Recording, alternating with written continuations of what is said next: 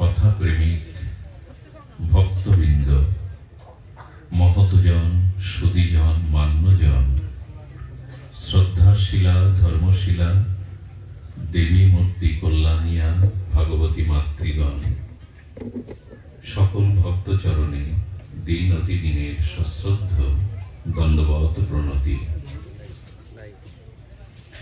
আজ যেহেতু শ্রী গুরু স্মরণমঙ্গল মহোৎসব,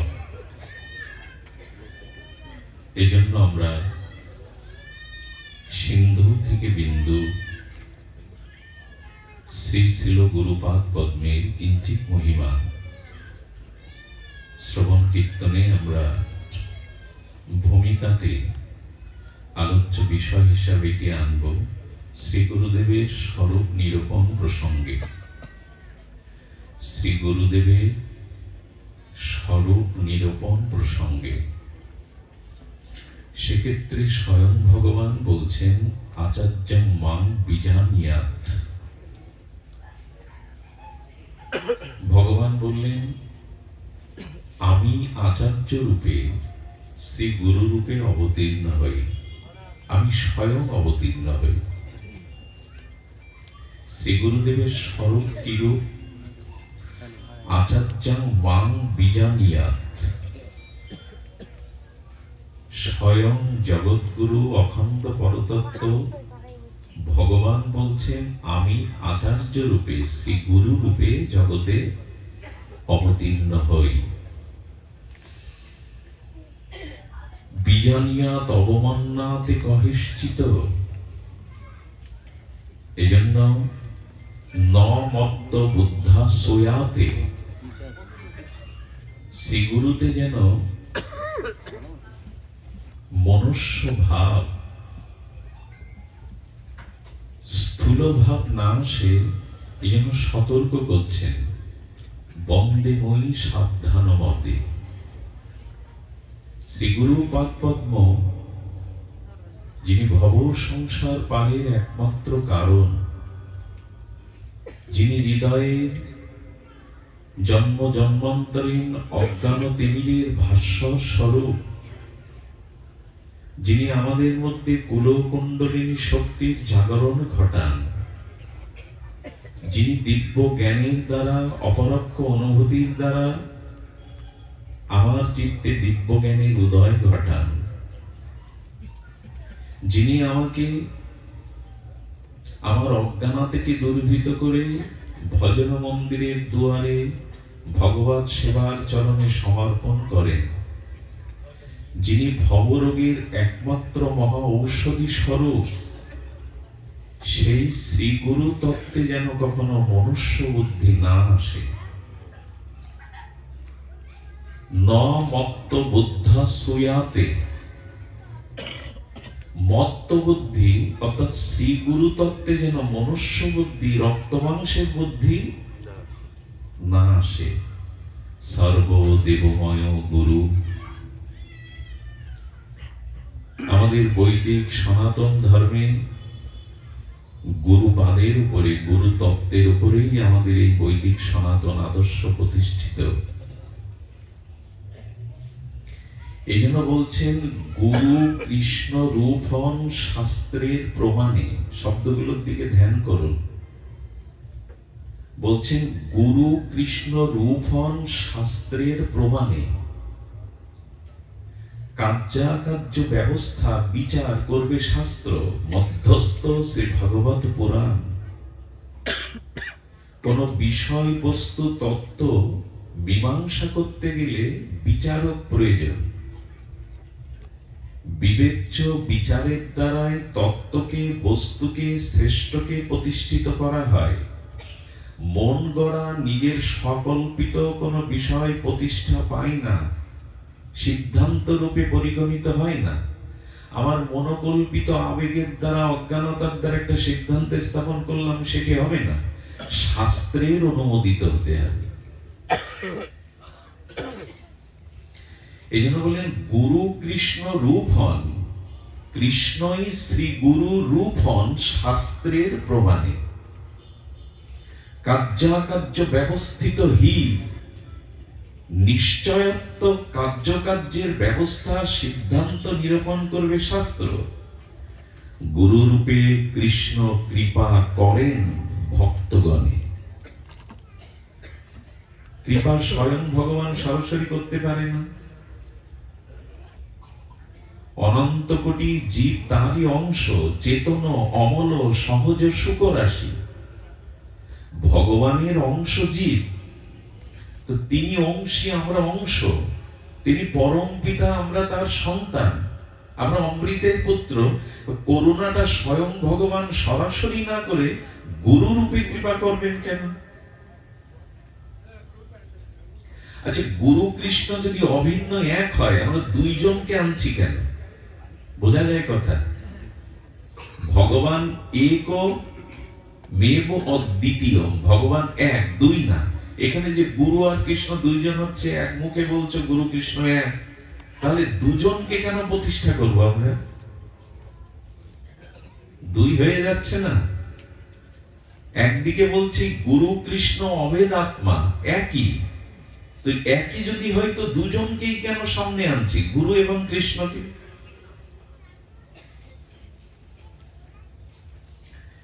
এগুলো জানতে হবে। আবেগ দিয়ে বা নিজের মনোকল্পিত সিদ্ধান্তে ভেসে বেড়ালে ভজন হবে না। প্রেম ভক্তি সুদূর পরাহত হয়ে যাবে। মনোকল্পিত কোনো আবেগ সিদ্ধান্তকে মেনে নিলে জীবন গঠন, চরিত্র গঠন, ভগবত প্রাপ্তি হবে না, লক্ষ্যে পৌঁছানো যাবে না। এবং শ্রী গুরু এবং কৃষ্ণ যদি অভিন্ন হন, এখানে বলছেন গুরু রূপে কৃষ্ণ কৃপা করেন ভক্তগণে। কৃপাটা তুমি করো ভগবান।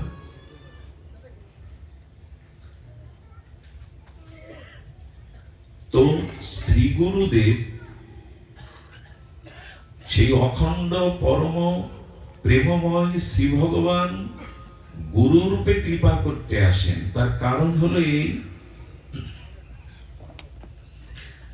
আমাদের জীবনে যে প্রয়োজন তত্ত্ব প্রেম ভক্তি, এটি ভজন ব্যতীত, শ্রী গুরুচরণ আশ্রয় ব্যতীত, উপাসনা ব্যতীত আসে না। আবার বলি, আমাদের জীবনের যে পরম প্রাপ্তি, পরম লক্ষ্য, প্রয়োজন তত্ত্ব, এটি প্রেম, ভগবত প্রেম, বিশুদ্ধ প্রেম। তো এই প্রয়োজন তত্ত্ব প্রেমকে লাভ করতে গেলে আমাদের জীবনে ভজন, উপাসনা, এগুলি শ্রী গুরুই দান করবেন। স্বয়ং ভগবানও যখন অনুগ্রায় ভূতানাং মানসীং তনুমাশ্রিতং, স্বয়ং ভগবান নররূপে যখন জগতে লীলা প্রকট করতে এসেছেন, তখন রঘুপতি রামচন্দ্র তিনি বশিষ্ঠকে গুরুকরণ করেছেন, বিশ্বামিত্রকে গুরুকরণ করেছেন। স্বয়ং ভগবান অখিল রসামৃত মূর্তি রসিকেন্দ্র মৌলি শ্রী গোবিন্দ, তিনি সন্দীপনী মুনির আশ্রমে দীক্ষা, শিক্ষা, আচার্যের সেবা, 64 কলা বিদ্যা অধ্যয়ন অনুশীলন করেছেন। প্রেম ও পরতত্ত্ব সীমা রাধা কৃষ্ণ মিলিত তনু শ্রী গৌরাঙ্গ মহাপ্রভু,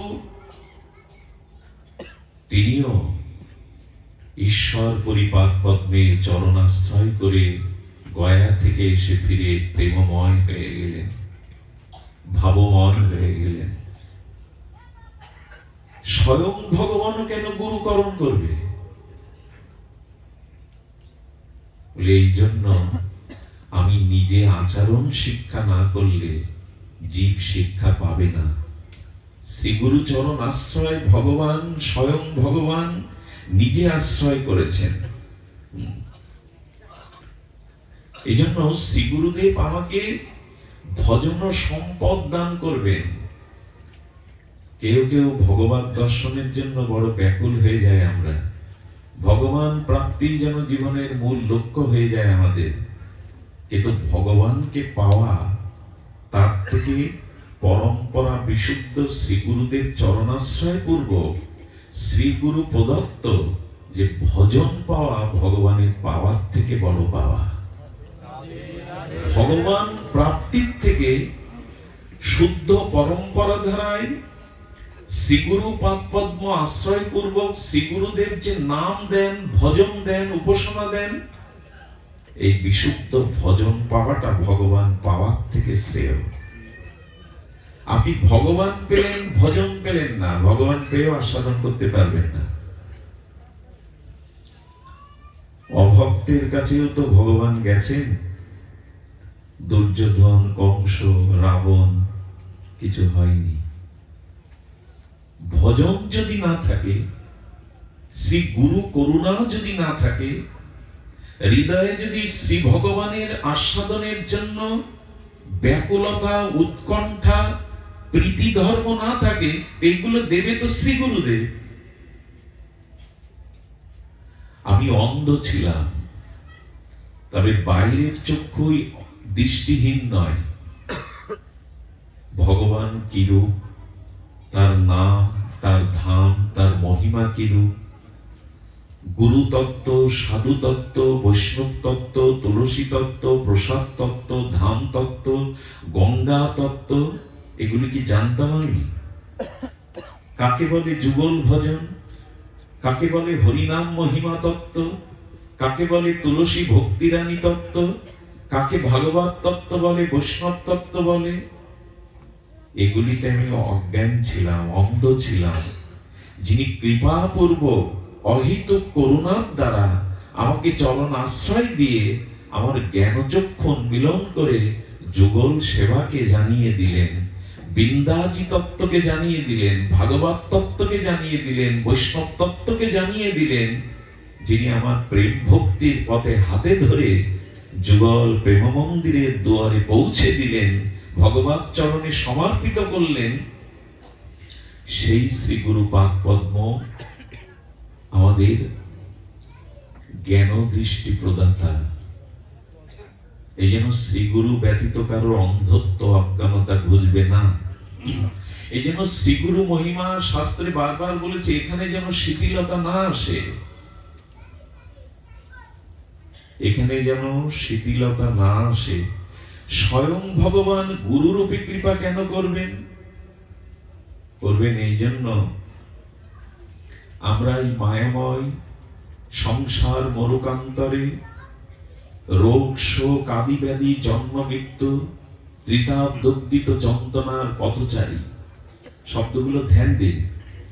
এই মায়াময়, দুঃখময়, অনিত্য বিনাশশীল সংসারে জন্ম মৃত্যু, জরা ব্যাধি, কর্ম প্রারব্ধ, সুখ দুঃখর মরুকান্তরে চলতে চলতে আমরা প্রত্যেকটি জীব দুঃখ ক্লান্তিতে অবসন্ন।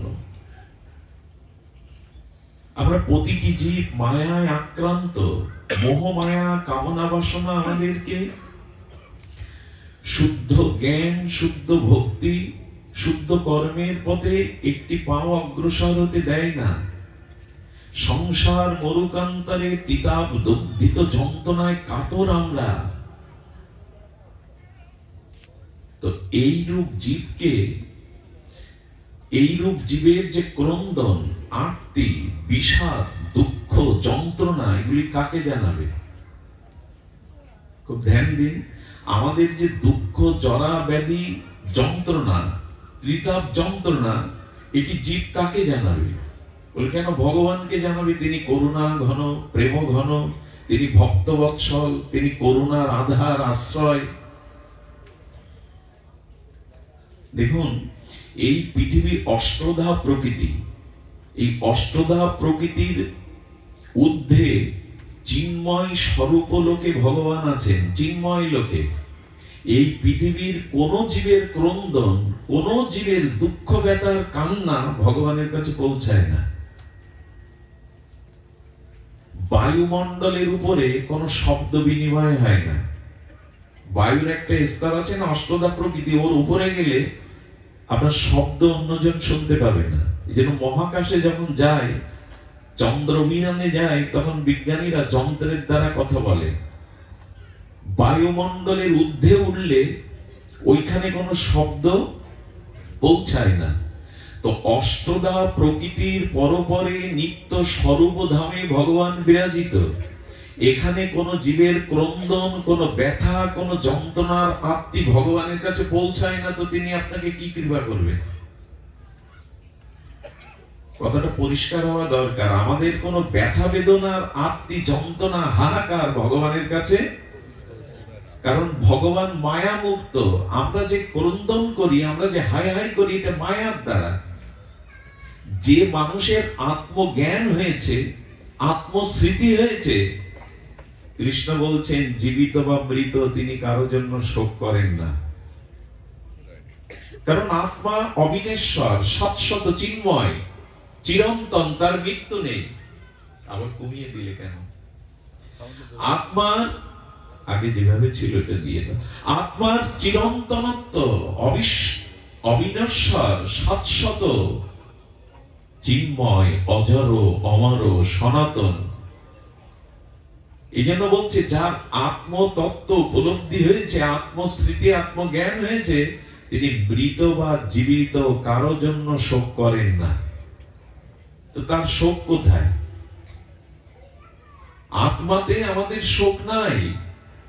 তো ভগবান আত্মারও আত্মা, পরমাত্মার পরবস্থা স্বরূপ, সচ্চিদানন্দ বিগ্রহ।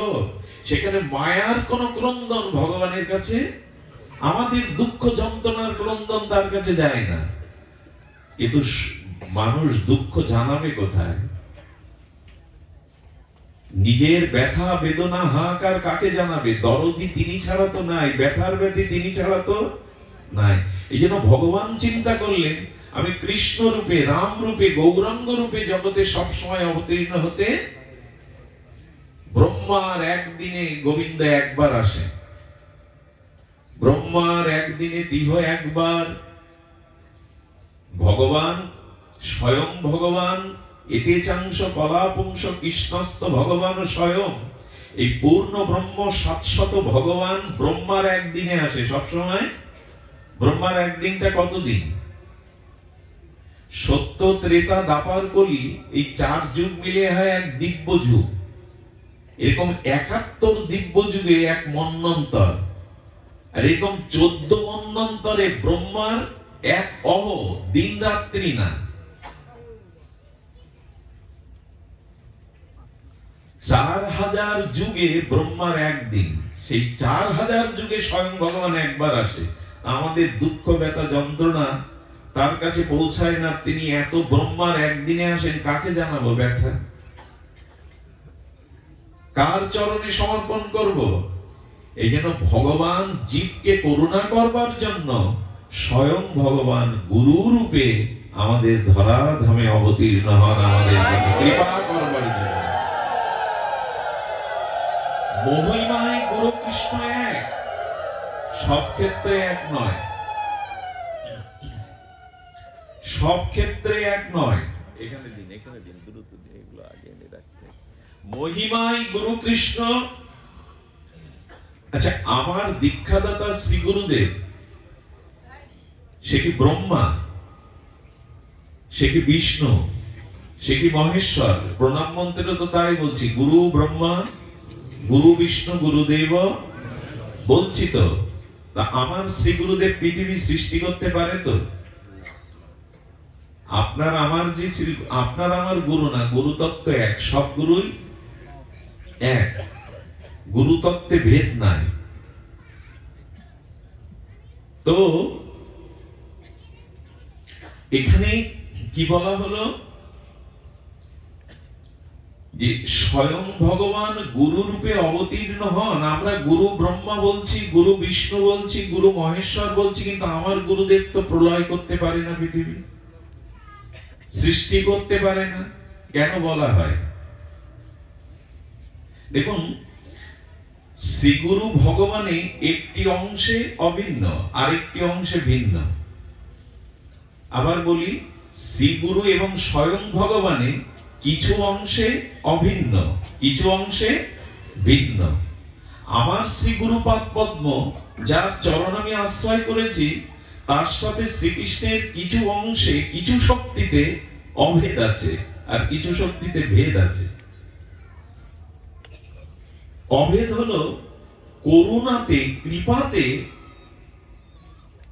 শ্রীগুরু এবং স্বয়ং ভগবানের অভিন্নতা আছে। কৃপাতে কৃষ্ণের থেকে ভগবানের থেকে জগৎগুরু থেকে শ্রীগুরুদেবের করুণাতে তিনি বিগলিত। অভিন্ন বলছে এখানেই যে আচার্যাং মাং বিজানিয়াৎ, স্বয়ং ভগবান গুরু রূপে এসেছেন। তবে ভেদটা হলো কি, অদ্ভুত যাহাক প্রকাশ। কি বলেছেন মহাজন? অদ্ভুত। কেন? গুরুদেব তো দুটো হস্তপদ মনুষ্য রূপ ধরে এসেছেন, তো অদ্ভুত প্রকাশ কি করে? বলেন তিনি চতুর্ভুজ, শঙ্খ চক্র গদা পদ পদ্ম, বা ব্রজের কানাইয়ের মুরলী আছে, রামচন্দ্রের তীরধনু আছে।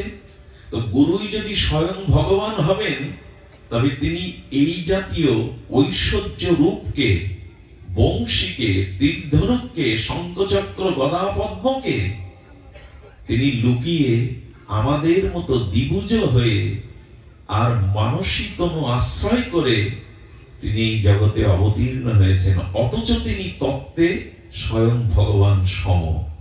এই জন্য অদ্ভুত যাহাক প্রকাশ, অদ্ভুত রূপে প্রকাশ হয়েছেন। ওই ঐশ্বর্যকে তিনি দেখাচ্ছেন না। গুরু ব্রহ্মা বটে, ব্রহ্মা সৃষ্টি করে, গুরুদেব আমার নূতন জন্ম দেয়। পিতামাতা যে রক্ত মাংসে জন্ম দিয়েছে, ওই দেহে কৃষ্ণ ভজন হয় না। গুরুদেব আমাকে দ্বিতীয় ভজনযোগ্য জন্ম দেয়, জন্য ব্রহ্ম সৃষ্টি করেন। আর শ্রীগুরু চরণাশ্রয় করলে গুরুদেব পতনের হাত থেকে, স্খলনের হাত থেকে, পাপের হাত থেকে, সর্বদা বিপদ ও সংকর হাত থেকে গুরুদেব আমাকে প্রতিপালন করেন, রক্ষা করেন। এই জন্য বিষ্ণু। এবং আমার অনন্ত জন্মের চিত্তে যে পাপ আছে, অপরাধ আছে, সেটাকে সংহার করেন, ধ্বংস করেন। এই জন্য তিনি শঙ্কর। শ্রীগুরুর সাথে ভগবানের ভিন্নতা কোনটি? আমার শ্রীগুরুদেব সৃষ্টি স্থিতি প্রলয় করতে পারবে না, এইখানেই ভিন্নতা আছে। সৃষ্টি স্থিতি প্রলয় আমার শ্রীগুরুদেব করতে পারবে না, কিন্তু মহিমায়, কৃপাতে, করুণাতে গুরু কৃষ্ণ এক। এই জন্য বলছে, যদ্যপি আমার গুরু চৈতন্যের দাস, তথাপি জানিয়ে আমি তাহার প্রকাশ। অদ্ভুত ভাবে কেমন জানেন? যিনি স্বয়ং ভগবান, তিনি ভক্ত রূপে এলেন। আমার গুরুদেব কার উপাসনা করে? আপনার শ্রী গুরু মহারাজ কার উপাসনা করে? তিনিও তো ভগবানের উপাসনা করেন, যুগল উপাসনা করেন। তার মানে তিনি স্বয়ং ভগবান হয়ে এবার ভক্ত রূপে, আচার্য রূপে তিনি আচরণ করে জানাচ্ছেন। এই জন্য বলছেন, তথাপি জানিয়ে আমি তাহার প্রকাশ। আমার শ্রীগুরু পদ পদ্ম ভগবানেরই দিব্য প্রকাশ, কিন্তু যদ্যপি আমার গুরু চৈতন্যের দাস, তিনি স্বয়ং ভগবানের মহিমা তত্ত্বে এক হয়েও নিজেকে দাস জ্ঞান করেন। গোবিন্দ দাস, গৌর দাস, রাধারানীর দাসী। শ্রী গুরুদেব স্বয়ং হয়েও তিনি দাবি করেন চৈতন্য দাস। এখন এই গুরু তত্ত্বটা আমি বিস্তার না করে আপনাদের বলবো। শ্রীগুরু চরণাশ্রয় ব্যতীত অজ্ঞান আদার ঘুচবে না। ভজনের যথাযথ শক্তি, কৃপা, করুণা আমরা লাভ করতে পারবো না। তাই শ্রীগুরু পাদ পদ্ম আশ্রয় হলো আমাদের প্রথম কর্তব্য, আমাদের একান্ত কর্তব্য। গুরু মহিমা দেখুন, আজকাল অনেকেই বলেন আমি তো হরিনাম করি, দীক্ষার কি প্রয়োজন আছে? কলিযুগে তো বলা হয়েছে নাম আশ্রয় করলেই নামের মধ্যে সব সাধ্য সাধন তত্ত্ব। আর এই শ্রীকৃষ্ণ চৈতন্য ভগবান আবির্ভূত হওয়ার পরে সচিমার বুকের দুধ টানছেন না। মায়ের বক্ষের দুগ্ধ যদি ভূমিষ্ঠ শিশু পান না করে, টেনে পান না করে, মার তো চিন্তা হবে, শিশু তো অসুস্থ হবেই। আচার্যকে স্মরণ করলেন সচিমা। সদাশিব মহাবিষ্ণু মিলিত তনু গৌরানা নিধি। আমাদের আচার্য প্রভু অদ্বৈত আচার্যকে ডাকলেন। দেখুন তো নিমায় কেন বুকের দুগ্ধ টেনে পান করছে না? প্রভুর দিকে তাকিয়ে বলছি, কি গো প্রভু, লীলাতে এসেছো, মা কষ্ট পাচ্ছে, স্তন্য দুগ্ধ কেন পান করছো না? বলে আমার মায়ের কানে এখনো গুরু প্রদত্ত হরিনাম যায়নি, তো আমি দুধ পান করবো কি? তার মানে নামটা করতে হবে নিজের মতো নয়, শ্রীগুরু প্রসাদীকৃত নাম জপ করলে ক্রিয়া হবে, নাম করলে ক্রিয়া হবে, কিন্তু তখনই প্রেম ভক্তি হবে যখন গুরু প্রদত্ত হরিনাম আপনি জপ কীর্তন করবেন, ইচ্ছা মতো নয়। আরে গুরু মন্ত্র তো গ্রন্থে প্রকাশ আছে, ক্লিং হ্রিং এসব প্রকাশ নেই, হরে কৃষ্ণ গ্রন্থে লেখা নেই, কিন্তু এগুলো যদি আপনি নিজে নিজে জপ করতে থাকেন হয়তো কোনো ক্রিয়া হবে, কিন্তু বহু জন্ম অবধি বিলম্ব হয়ে যাবে। ভগবত কৃপা, হরিনামের মহিমা কৃপা লাভ করতে গেলে শ্রী গুরু প্রদত্ত প্রসাদী নাম কর্ণে নিতে হবে। এটা মহাপ্রভু নিজে যেই সচিমার কর্ণে আচার্য প্রভু মহামন্ত্র দিলেন অমনি দুধ টেনে খেতে লাগলেন মহাপ্রভু। এই জন্য শ্রীগুরু পদ্ম আশ্রয় পূর্বকে আমাদের ভজন আরম্ভ, অনেকেই একদল আছেন গুরু পাচ্ছি না, জগতে গুরু নেই, আমার মনের মতো গুরু পেলাম না, এক শ্রেণীর মানুষ এইগুলো প্রায় বলে। না না, এখন ঠিক সেই তৎস্বরূপ গুরু পাচ্ছি না। আমার মনে হয় গুরু কারো মনের মতো হয় না, গুরু কখনো কারো মনের মতো হয় না। কি হতে হবে? বলো গুরুর মনের মতো হতে হবে। গুরু আপনার মনের মতো হতে যাবেন কেন? আচ্ছা, যিনি এইচএসসি পরীক্ষা দিয়েছেন তার খাতা কি 8 পাস লোক দেখবে? শোভা পায় দেখা? আমি বলছি শ্রী গুরুদেব আমার মনের মতো না, তার মানে আমার পরীক্ষাটা আমার মতো করে নিয়েছি যে উনি আপনার মনের মতো না। পরীক্ষা করতে গেলে তার থেকে উচ্চ জ্ঞান থাকতে হবে তোমার। এই জন্য গুরুদেব কারো মনের মতো হয় না, গুরুর মনের মতো হতে হয়। আস্থা, বিশ্বাস, শ্রদ্ধা, ব্যাকুলতা দিয়ে তার মনের মতো হন। এটা শ্রীগুরু মনের মতো আমাদের হতে হবে, পরীক্ষা করে ওভাবে পাওয়া যাবে না। তবে বলি, কলিযুগ, এই যুগ বড় কলহের যুগ, এবং খুব স্থূল শব্দ প্রয়োগ করলে এই যুগে সবই ভেজাল। সবখানে বস্তুর স্বতন্ত্রতা আর নাই, বস্তু বিকৃতি হয়ে গেছে, গেছে কিনা? সমাজ বলি, পরিবার বলি, ব্যক্তি চরিত্র বলি, বিশ্ব বলি,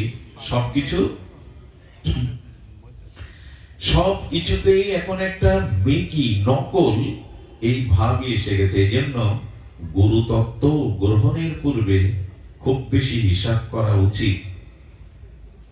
শ্রীগুরুর যে লক্ষণ শাস্ত্রে বর্ণনা করেছে সেই লক্ষণ অনুযায়ী আপনাকে গুরুকরণ করা উচিত।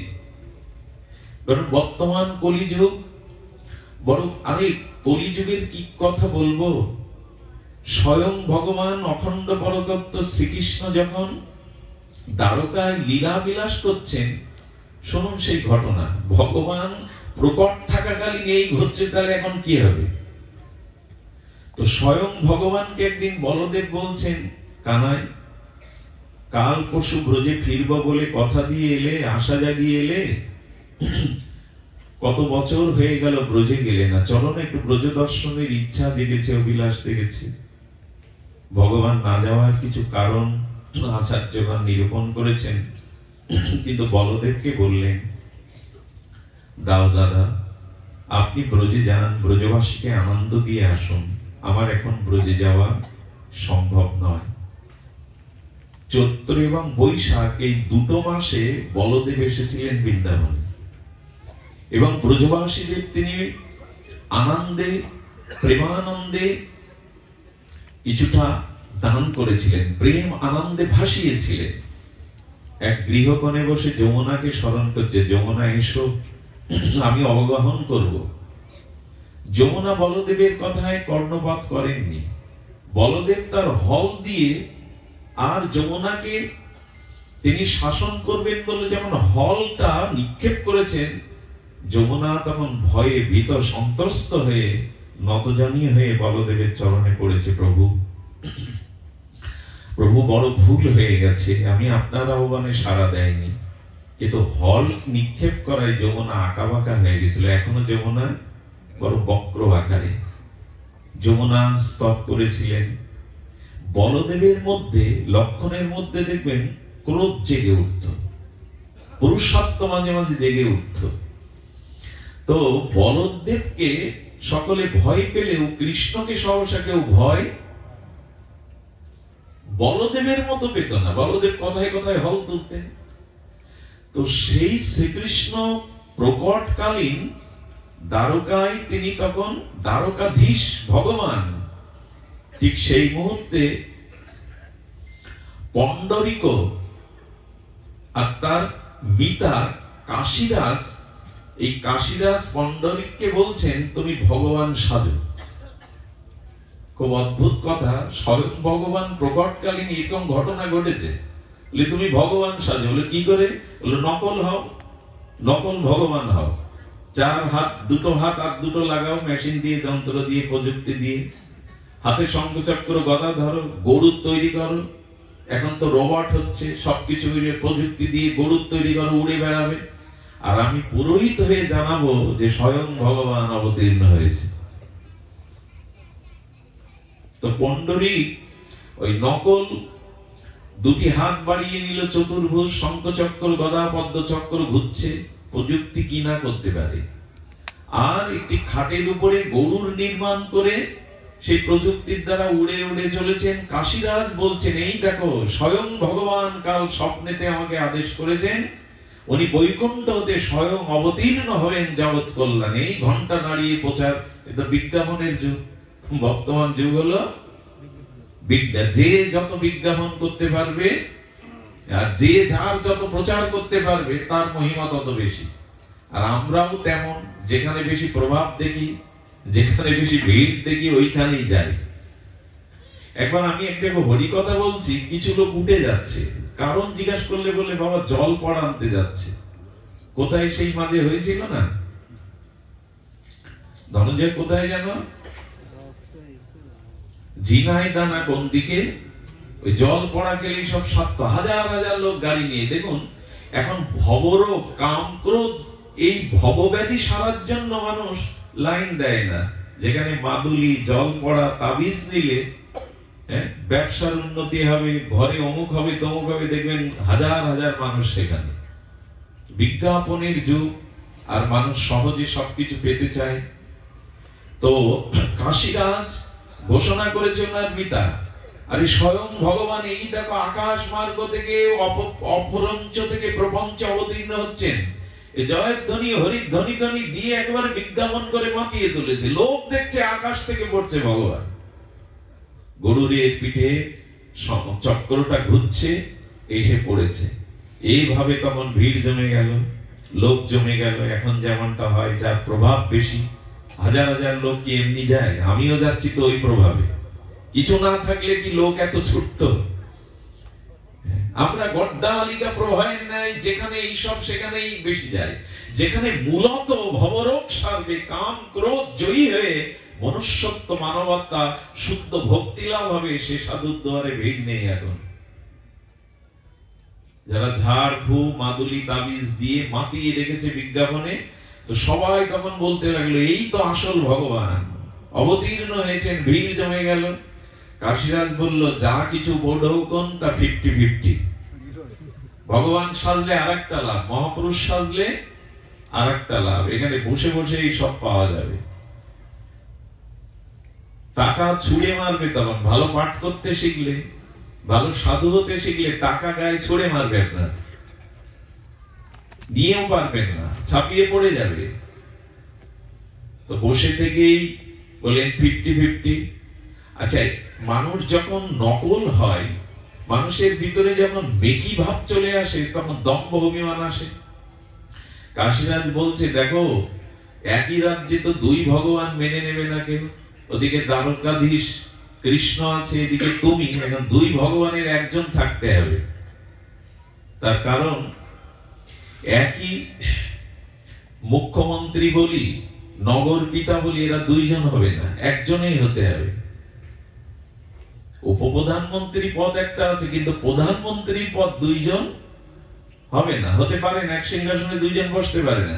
তুমি কাজ করো, বলদেব এখন বৃন্দাবনে আর কৃষ্ণ একটু ভীতু, একটা পত্র দিয়ে তুমি জানিয়ে দাও ও নকল ভগবান, আমি আসল ভগবান, পারলে কেটে বড়।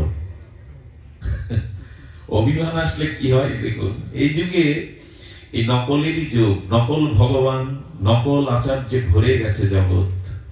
ভক্ত সমাজে সাধু সমাজে এই দুরবস্থা। স্বয়ং ভগবান থাকাকালীন যদি এই দুর্দশা হয়, এখন কি হতে পারে? আশ্চর্য হয়ে যায়। আমাদের পাশে ভারতবর্ষ, সেখানে শঙ্করাচার্য পদ নিয়ে মতনৈক্য। শঙ্করাচার্য এখন 4 জন। কিছু মনে করবেন না, 1 কোটি যার শিষ্য, কয় কোটি? 400 মতো যার আশ্রম, যিনি দাঁড়িয়ে পড়লেই তার প্রভাব বিস্তার করতেন, সে 400 আশ্রম মিলান আর কোটি শিষ্য মিলান। এখন তিনি কারাগারে, নামটি বলবো না। মাঝে ভারতবর্ষে শুনেছেন এক গুরুদেবের ঘটনা। এখন 1 কোটি যার শিষ্য, 400 যার আশ্রম, তার দশা এখন কারাগারে। এই জন্য অনুরোধ করব, আবেগে ভাসবেন না। শাস্ত্র অনুমোদিত সম্প্রদায়ে শাস্ত্র অনুমোদিত ভাবে ভজন সাধন গুরুকরণ করুন। এখন তো যে সেই একজন একটু দীক্ষা দিতে পারলে, একটু প্রভাব খাটাতে পারলে, পদ্ম ফুলের উপরে নিজের ছবি চাপিয়ে হাত তুলে ভগবান সেজে বসে। আমাদের বাংলাদেশের মানুষ আবেগ প্রধান, বাঙালিরা এমনি আবেগী। এই জন্য এই আবেগ প্রধান আমাদের বাংলাদেশে, এখানে খুচরো ভগবানের অভাব নেই।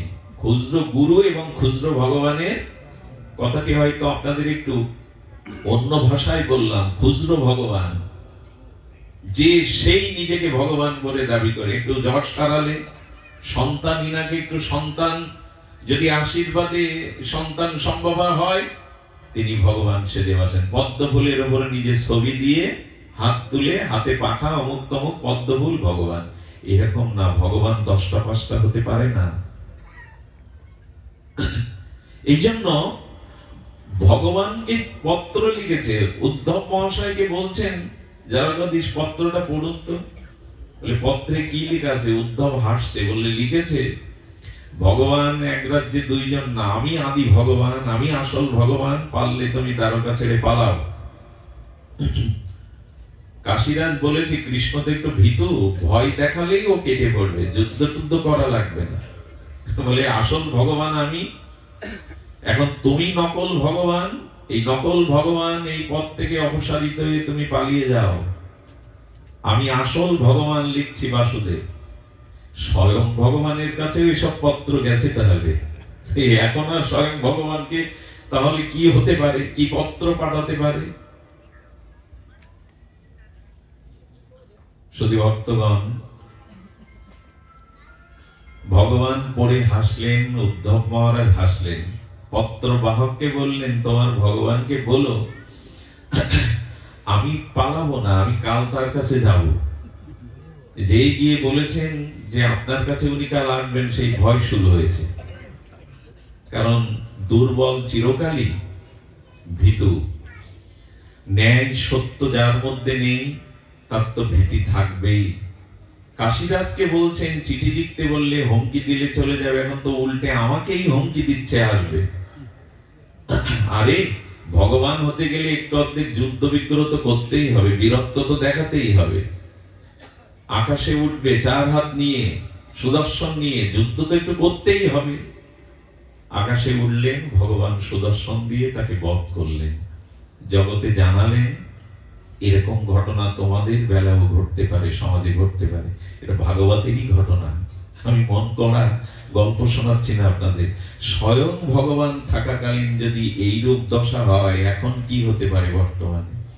এই জন্য অনুরোধ করব, আবেগে প্রভাবে খুব বেশি হাজার হাজার পেছনে লোক চলে, এরকম না। শাস্ত্র যেভাবে নিরূপণ করেছেন, সদ্গুরুর লক্ষণ, সাধুর লক্ষণ, ভগবানের লক্ষণ, এখন এই ভগবান ভগবান করে করে সমাজটাকে দ্বন্দ্ব সংঘাতের মধ্যে আমরা নিয়ে গেলাম। এই জন্য ভগবান একমেব অদ্বিতীয়।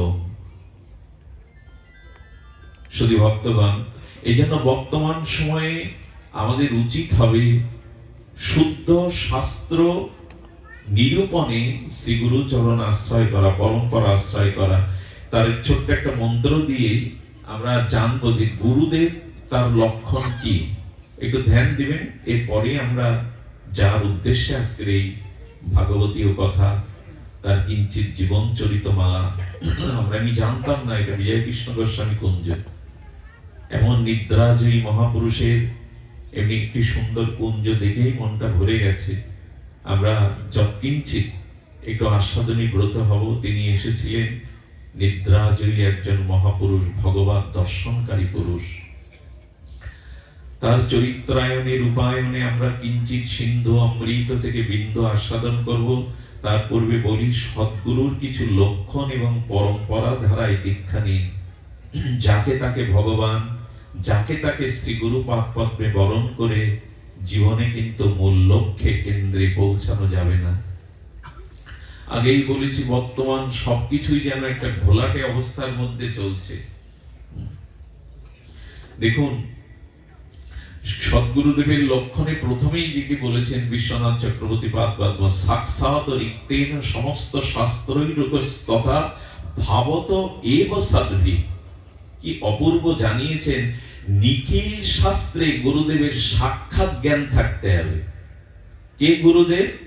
সমগ্র শাস্ত্রে যার ব্যুৎপত্তিগত জ্ঞান আছে, শিষ্যের সমস্ত প্রশ্নের শাস্ত্রীয় সমাধান দেওয়ার মতো যার মধ্যে শাস্ত্রীয় জ্ঞান আছে। শিষ্যের অন্তরে সংশয় দূর করতে যদি না পারেন, তিনি গুরু হবার প্রকৃত যোগ্য নন।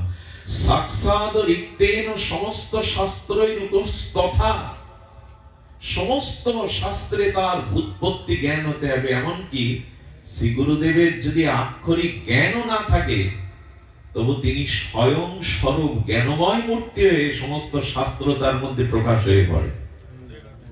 মানে এমন ভাববেন না আমার গুরুদেব লেখাপড়া জানে না, মানে উনি বিদ্যা দুই প্রকারের, এক পরাবিদ্যা, এক অপরাবিদ্যা। জগতে আমরা স্কুল পাঠশালায় শিক্ষকের কাছ থেকে যে ডিগ্রি অর্জন করি, একে বলে অপরাবিদ্যা। গুরুদেব যদি অপরাবিদ্যায় পারঙ্গম না হন, তবে স্বয়ং জ্ঞানমূর্তি গুরুদেবের মধ্যে সমগ্র শাস্ত্র প্রকাশ হয়ে পড়ে সদ্গুরু হলে। এই জন্য সাক্ষাৎ অরিক্তেন সমস্ত শাস্ত্রই, তার মধ্যে সমস্ত শাস্ত্রের জ্ঞান থাকতে হবে।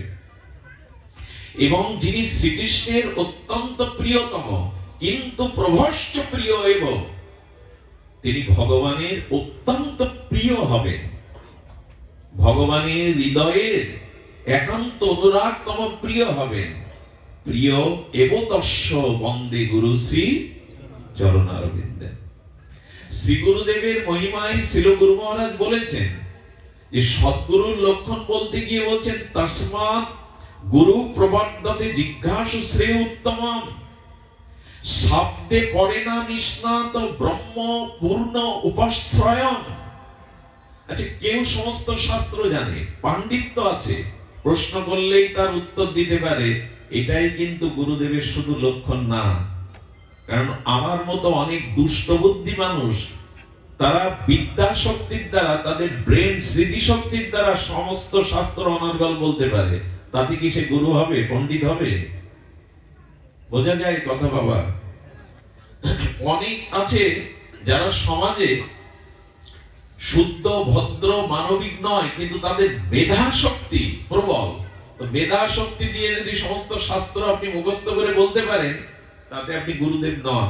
এই জন্য পরে বলে, শব্দে পরে না নিষ্ণাতম ব্রহ্ম পুনঃ উপাশ্রয়ম, অর্থাৎ তার মধ্যে পূর্ণ ব্রহ্মের স্বয়ং ভগবানের উপাশ্রয় থাকতে হবে। তিনি শ্রী ভগবানের উপাশ্রয়ম, তার মধ্যে স্বয়ং ভগবানের অপরোক্ষ মহিমা, কৃপা শক্তি, এগুলি থাকতে হবে, শুধু শাস্ত্রের দ্বারা নয়। শব্দে ব্রহ্মাণি বেদাক্ষ ন্যায়ত নিষ্ণাতম তত্ত্বম, অর্থাৎ সমগ্র শাস্ত্রের ব্যুৎপত্তি জ্ঞানের সাথে সাথে তিনি পূর্ণ ব্রহ্মের আশ্রয় তত্ত্ব হবেন, তার মধ্যে পূর্ণ সমশ্রয় থাকবে। ছোট করে একটু বলি, 4টে লক্ষণ যদি কারো মধ্যে দেখেন তাহলে পরম্পরা ধারায় হলে দীক্ষা তার কাছে নিন। প্রথম লক্ষণ, যে যিনি নিজে দৃঢ় বিশ্বাসের সহিত ভগবত ভজন নিজে করেন, যিনি নিজে ভজন পরিত্যাগ কখনো করেন না, এবং তিনি ভজন সাধন করেই প্রেম ভক্তি উপলব্ধি করেছেন, নিজে আচরণ করেছেন। দ্বিতীয়, যিনি বেদ এবং বেদের ভাগবতের গূঢ় ভক্তি সিদ্ধান্ত নিপুণ ভাবে শিষ্যের মধ্যে সংশয় দূর করে জানাতে পারেন, এবং তিনি শ্রীকৃষ্ণের অহেতুক অপরোক্ষ অনুভূতি কৃপা শক্তি প্রাপ্ত হবেন, শক্তি সম্পন্ন হবেন, এবং যিনি কাম ক্রোধ লোভ হতে মুক্ত। এই 4টে লক্ষণ হলেই তার মধ্যে সদ্গুরুর লক্ষণ।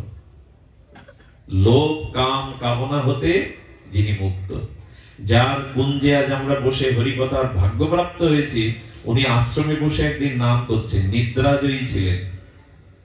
এই দিব্য মহাপুরুষ, ইনি ছিলেন নিদ্রাজয়ী মহাপুরুষ, ঘুমাতেন না।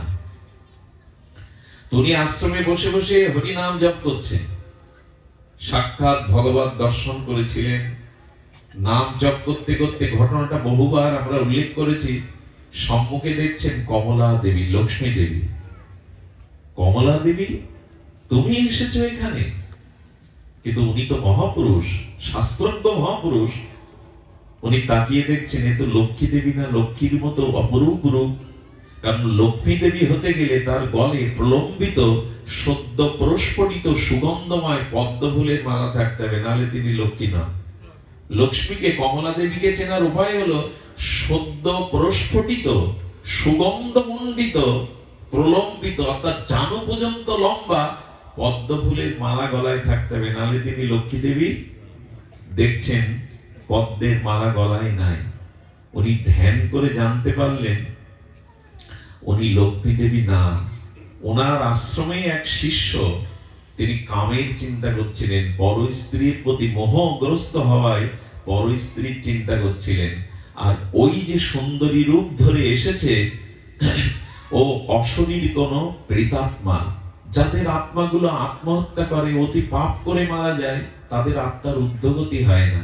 তারা বিভিন্ন রূপে তাদের যে অতৃপ্ত বাসনা, তাদের যে ভোগ বাসনা, তারা কারো শরীরের মধ্যে প্রবেশ করে এই ভোগ বাসনাগুলো পরিপূরণ করে। একটু কথা বলি, ভগবত চিন্তন না করলে কিন্তু ক্ষতি হবে।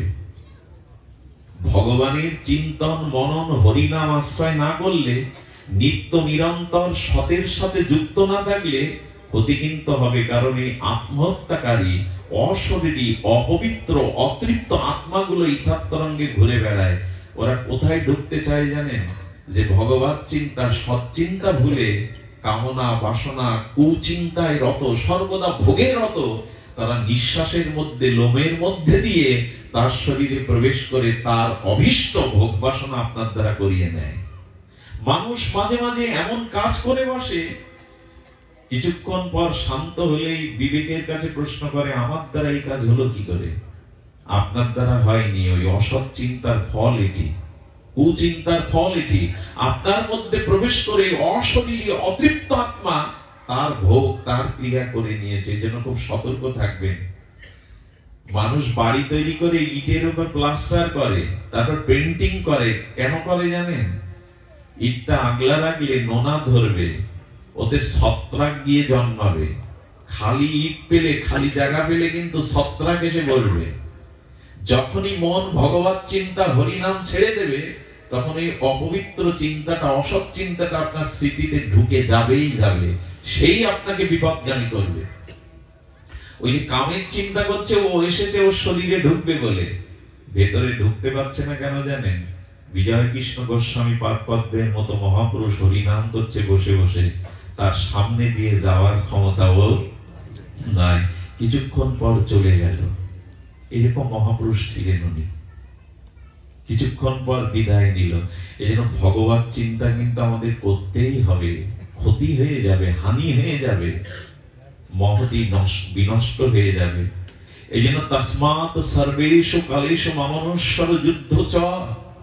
গীতাতে ভগবান বললেন, সর্বদা আমাকে স্মরণ করো, তস্মাৎ সর্বেষু কালেষু মামনস্মর, আমাকে স্মরণ করো। সতত কীর্তন্ত মাং, গীতার এই মহাবাণী, সর্বদা আমার চিন্তা করো, আমার নামের চিন্তা, আমার রূপের, আমার লীলা, আমার ধামের, যে কোনো ভাবে আমার সাথে যুক্ত থাকো। নাহলে কিন্তু ওই অসৎ চিন্তার দ্বারা ওই পথ দিয়ে তোমার ভিতরে ধ্বংস নেমে আসবে। একটা মুহূর্তের, অশুভ মুহূর্তের একটা কুচিন্তায় আপনার জীবন শেষ করে দিতে পারে। একটা অসতর্কতম মুহূর্তে আপনার ভিতরে ক্ষণিকের আবেগ, ক্ষণিকের কুচিন্তা আপনার পুরো জীবনটাই নষ্ট করে দিতে পারে। সাবধান আর আমরা হয়েছি, সাবধান আর আমাদের হয়েছে।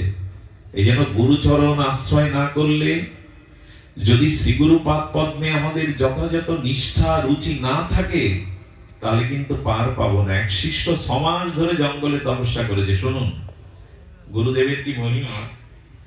6 মাস ধরে যখন তপস্যা করেছে, এই সমাজ তপস্যার করার পরে এই সমস্ত গায়ে মাটি টাটি জমে গেছে, লতা পাতা এসে ঘিরে ধরেছে, হাড়গুলো কেবল আছে। উনি উপলব্ধি করলেন আমার মধ্যে কাম নাই। কি উপলব্ধি করলেন? কাম সাধনার দ্বারা জয় হয়। শ্রীগুরু পাদপদ্মে প্রণাম করে বলছেন, আপনার আশীর্বাদে সাধনায় আমি কাম জয় করেছি। গুরুদেব হাসছেন, বলেন, কাম জয় নিজের সাধনার বলে হয় না। দেবতা মনি ঋষিরাও স্খলিত হয়ে পড়ে। গুরু কৃপা ব্যতীত কারো কাম জয় সম্ভব। গুরুদেবের বাক্যটা নিজে সাধন করেছে তো, নিজে ভজন করেছে, মেনে নিতে পারছে না। শিষ্য গুরুদেবের সামনে তর্ক করতে পারেন না, কিন্তু মন থেকে মেনে নিতে পারলেন না। ওনার সিদ্ধান্ত সাধনার দ্বারা কাম জয়। কেউ যেন কখনো মনে করবেন না আমি নিজ চেষ্টায়, ভজনের দ্বারা, আমার নিজ প্রচেষ্টার দ্বারা, নিজ পুরুষত্বের দ্বারা আমি কাম ক্রোধ জয় করতে পারবো। সম্ভব না। একমাত্র শ্রী গুরু করুণা হলে।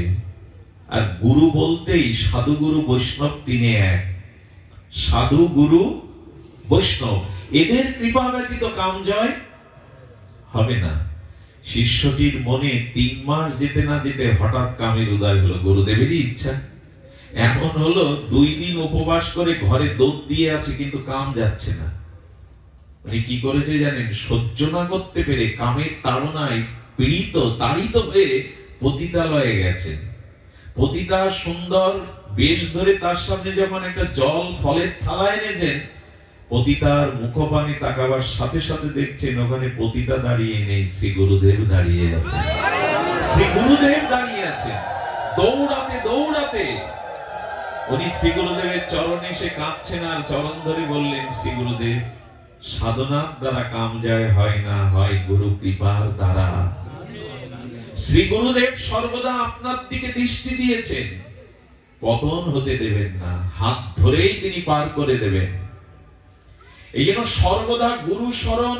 আজকে আমাদের অর্থ বল আছে, আজ আমাদের ক্ষমতার বল আছে, জনবল আছে, কিন্তু একটি বল না থাকলে সবই দুর্বল প্রাপ্ত হবেন, সবই ধ্বংস হবে। সেটা কারো যদি গুরু বল না থাকে। সব থেকে বল হলো শ্রী গুরু বল। যার কাছে গুরু বল নাই, সে পৃথিবীতে অনর্থের হাত থেকে রক্ষা পাবে না। বিজয়ী হতে গেলে শ্রী গুরু বল লাগবে। এই জন্য অর্জুন সকা হলেও কৃষ্ণকে বলেছিলেন, শিষ্যাস্তে মাং সাধিবাং তাং প্রপন্নম।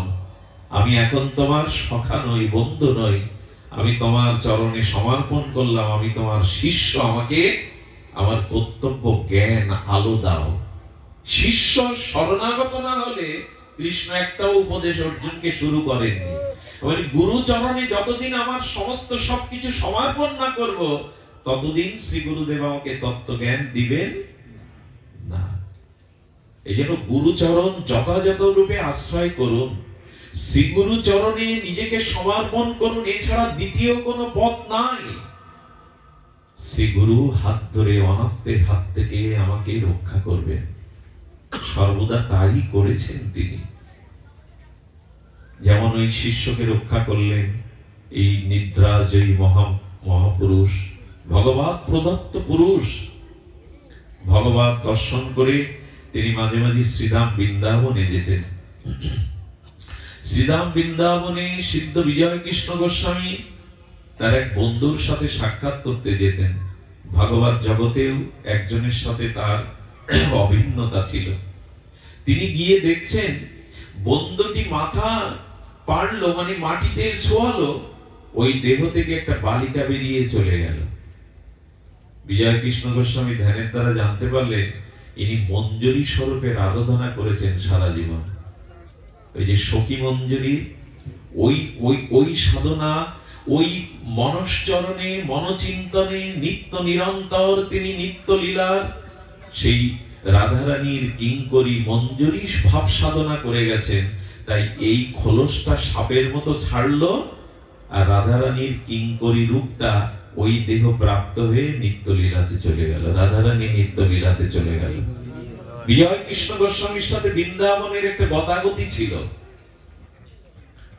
গতাগতি ছিলেন। কত আতুর পীড়িত অন্ধ স্খলিত পতিত জীবকে তিনি আলো দেখিয়েছেন।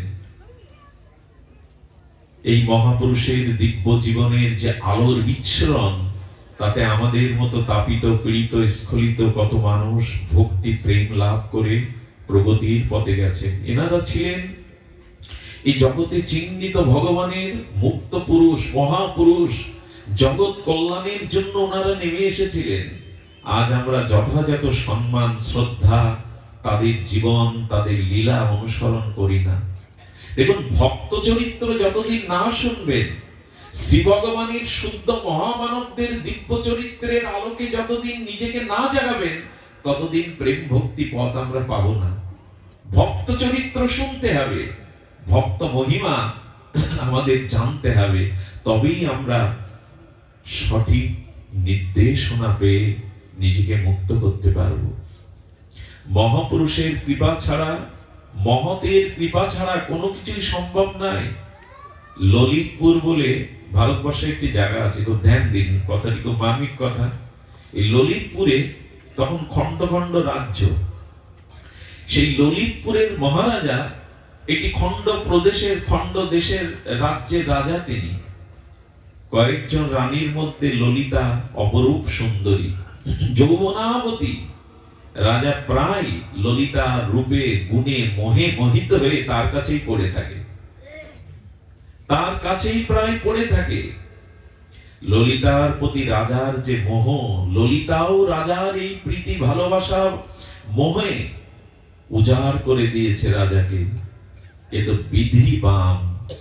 এই ললিতার শরীরে তৎকালীন সময়ে গলিত কুষ্ঠ দেখা দিল। মনে হয় ৬০-৭০ বছর আগে কুষ্ঠের ভালো চিকিৎসা ছিল না। এই ঘটনা ৬০০ বছর আগে। সেখানে কি করে থাকবে? যেই কুষ্ঠ হলো, পুজ রক্ত ঘা হয়ে গেল, রাজার ললিতার দুয়ারে আসে না। ডেকে ডেকেও দুটো অন্য দাসীরা আত্মহন দিতে শোয়াছিল। কুষ্ঠকে দেখলেই তো মানুষ তখন অন্য পথ দিয়ে চলে যেত। ললিতা বসে বসে ভাবছে, আমি তো সেই ললিতা, আমি তো সেই মহারানী, কিন্তু এখন কেউ আমার দাসীও আমার কাছে। তবে কি রূপটাই যৌবনটাই সব? মানুষের ব্যাধি আসার দরকার আছে, দুঃখ অপমান আসারও দরকার আছে, নাহলে ভগবান জগতে এটা দিতেন না। দুঃখ না এলে, ব্যাধি না এলে, কলঙ্ক না এলে, অপমান না এলে মানুষ সংশোধন উপদেশে এই যুগে হবে না। এ দুষে যতই ভালো ভালো উপদেশ দেন, উপদেশে যুগের মানুষের বিবেক বিচার খুব বেশি জাগবে না। যদি সে কলঙ্ক পায়, অপমানিত হয়, রোগগ্রস্ত হয়, ধন শূন্য হয়, ঐশ্বর্য শূন্য হয়, তখন তার বিবেক জাগবে। এই যুগের মানুষের উপদেশে খুব বেশি চেতনা জাগে না। এই জন্য গোবিন্দ এগুলোকেও নিতে বলেছেন। মান যেমন নেবে, অপমানটাও নাও। প্রশংসা যেমন নেবে, কলঙ্কটাও নিয়ে। কলঙ্ক খুব দ্রুত মানুষকে সংশোধন করে দিতে পারে। তো এই জন্য ললিতা ভাবছে দেহের সৌন্দর্য নাই বলে রাজাও ফিরে তাকায় না, রানীর মর্যাদা কেউ দেয় না। রাজা কি করেছে জানেন? যাতে ছড়িয়ে না পড়ে, পাশে একটা ঘর নির্মাণ করে ওই ঘরের মধ্যে অবরুদ্ধ রেখেছে, দাস দাসী দিয়ে কিছু পাঠায়। ললিতা ভাবলো যৌবনী আমরাও বুঝতে পারি না, আমরাও জানতে পারি না এই রূপ যৌবনটা আমাদের কাছে মানুষের প্রাপ্তি কি। এই সংসারে আপনাকে কেন মানুষ ভালোবাসার অভিনয় করে, আমার আমার করে, তুমি ছাড়া আমি বাঁচবো না কেন বলে জানেন? আপনার কাছ থেকে সে সুখ পায়, আপনার কাছ থেকে সুখ আদায় করে নেয়। যেদিন আর আপনি ওদের সুখের কারণ হতে পারবেন না, ওদের কোনো সুখের জিনিস আর আপনি দিতে পারবেন না, তখনই বুঝতে পারবেন এই সংসারে স্বার্থ ব্যতীত, আপনার কাছে সুখ আদায় করা ব্যতীত কেউ আপনাকে আন্তরিকভাবে ভালোবাসে না। এই সংসারটা নিয়মই, কারণ আত্মা ছাড়া কোনো বস্তু প্রিয় হতে পারে না। আত্মনস্তু তু কামায়া সর্বং প্রিয়ং ভবতি। খুব ধ্যান দিন কথাটা, অত্যন্ত অতিশয় মার্মিক কথা। আত্মাই হলো প্রিয়, আত্মা ছাড়া এই জগতে কোনো বস্তু ব্যক্তি সম্বন্ধ প্রিয় হতে পারে না। বস্তু ব্যক্তি সম্বন্ধ প্রিয় কেন, পিতা প্রিয় কেন, মা প্রিয় কেন, স্ত্রী প্রিয় কেন, সজ্জন বন্ধু কুটুম্ব প্রিয় কেন, ওর মধ্যে আত্মা আছে তাই প্রিয়। আত্মা শূন্য মরা দেহের সাথে কারো সম্পর্ক, প্রীতি, ভালোবাসা। সুন্দরী যুবতী যদি মারা যায়, তার স্বামীকে বলুন তো, মেডিসিন দিয়ে লাশ 200 বছর রাখা যায়, 1000 বছর রাখা যায়, ওকে রেখে দাও 10 দিন তোমার খাটে, তোমার ঘরে। হাত পা আছে, সবই আছে। কোন যুবক যদি কোন যুবতীকে মনে মনে কল্পনার আসনে বসায়, ওই যুবতী যদি মারা যায় স্ট্রোক হয়ে, তাকে গিয়ে বলবেন তো, ওর নখ থেকে চুল অবধি সব আছে, তুমি তোকে মনে মনে ভালোবাসতে কল্পনা করতে রাখো। রাখবে তো কোন যুবক যুবতীর দেহ ভয়ে পালাবে, ওর দিকে ফিরে তাকাবে না। অথচ শরীরের সমস্ত বস্তুই আছে। কেন ভালোবাসা নেই কেন, প্রিয়তা নেই কেন? বস্তু ব্যক্তি সম্বন্ধ প্রিয় হতে পারে না, আত্মা আছে তাই প্রিয়। প্রিয় বস্তু আত্মা, শরীর প্রিয় না, সম্বন্ধ প্রিয় না। এই জগতে একটু বাস্তবতাকে যদি নিরীক্ষণ করেন, দেখতে পাবেন সুখ না আপনি দিতে পারলে, এই সংসারের জন্য আর কিছু করতে না পারলে, আপনার প্রয়োজনই নাই তাদের। এই মহতেই ভুলে আছে আমার আমার করে, এই জন্য আত্মাই প্রিয়। কারণ ভগবানের চিৎকন অংশ, চিত অংশ আত্মা, সহজ অবল সহজ সুখ রাশি আত্মা। এই জন্য আত্মা আছে তাই সম্বন্ধ, প্রীতি, ভালোবাসা সবই আছে। তো এই আত্মা প্রিয়। তো ললিতা চিন্তা করলো, এই দেহ তাহলে প্রিয় নাই, রানী এই পথ প্রিয় নাই, শুধু যৌবনটা এই পোকা হয়ে গেছে, পুজ রক্ত হয়ে গেছে বলে মুখও দেখে না। আত্মহত্যা করার সিদ্ধান্ত নিলেন। কেন মহাপুরুষ, কেন গুরুদেবের, কেন সাধুর শরণ নিতে হয়? এদের ছাড়া জীবনে আত্মকল্যাণ সম্ভব নয়। মহতের কৃপা বিনা কোনো কার্যে ভক্তি নয়। আবার বলি, মহতের কৃপা বিনা কোনো কার্যে ভক্তি নয়। কৃষ্ণ ভক্তি রহুক দূরে, সংসার নহে ক্ষয়। আরে কৃষ্ণ ভক্তি তো দূরের কথা, সংসারের মোহমায়াও ক্ষয় হবে না যতদিন কোন মহতের কৃপা আপনার জীবনে না হবে। এখানে ভগবান কৃপার কথা বলা হয়নি, ভগবানের কৃপা না, সাধুগুরু বৈষ্ণব কোন মহতের কৃপা যদি হয়, তখনই আপনার জীবনে সংসার ক্ষয় হবে, মোহ নাশ হবে, তখনই আপনার জীবনে কল্যাণ আসবে, তাছাড়া আসবে না। ললিতা চিন্তা করলো, আত্মহত্যাই করব, আত্মহনন করব। কে তার দেহটা বাইরে নিয়ে যাবে? উঁচু প্রাচীর, রাজপ্রাসাদ। একজন কাজের লোককে ডেকে সোনার হার খুলে দিল গলা থেকে, এটা তুমি নাও, রাত্রে ওকে পার করে দাও, মই দিয়ে পাঁচিলটা পার করে দাও। ললিতাপুর, এখনো ভারতবর্ষে ওনার নাম করে, ওই গ্রামটার নাম ললিতপুর। উনি পাঁচিলের ওপাশে গেলেন, কখনো একটু হেঁটে, কখনো গড়িয়ে। ওখানে একটা বিশাল কুয়ো ছিল, বহু মানুষ এর আগে ওখানে মরেছে। কুয়োতে যখন ঝাঁপ দিতে যাবে, ওই কুয়োর পাশে ছিল নৃসিংহদেবের মন্দির। ওখানে বসে একজন ভক্ত, একজন তপস্বী সাধক বহুদিন ধরে ভজন করছেন নৃসিংহদেবের। চোখ বন্ধ করেই বলছেন, মরলে কি, শরীর ছাড়লেই কি সমস্যার সমাধান হয়? যেই বলেছে থমকে দেয়, আমি মরতে এসেছি, কে জানলো? কাউকে তো আমি বলিনি। মহাপুরুষের চরণে গিয়ে পড়েছেন, আপনি কি করে জানলেন আমি আত্মহনন করতে এসেছি? সব জানি আমি। যদি জানেন কেন আটকাচ্ছেন? হয়তো মরতে দিন, নাহলে আমার এই রোগ সেরে দিন, দুটো একটা আপনাকে করতে হবে। সাধু বললেন, রোগ সারতে পারি, কিন্তু একটা সত্য আছে। কি সত্য? এই দেহটা পুনরায় যখন তুমি পাবে, তখন এই দেহটা শ্রী ভগবানকে ব্যতীত এই দেহের ভাগ, এই দেহের যতদিন বর্তমান আছে সময়, দেহ অন্য কাউকে আর দিতে পারবে না। তুমি এর থেকে যৌবনাবতী হবে, এর থেকে রূপের জৌলুস বাড়বে, কিন্তু এই দেহ মন শ্রী ভগবানকে ছাড়া আর কাউকে দিতে পারবে না। এই সত্যে যদি বলো সবাই তো আমাকে পরিত্যাগই করেছে, আর কাকে দেব? জগৎকে আমার চেনা হয়ে গেছে, জগৎকে আমি ভালো করে বুঝেছি।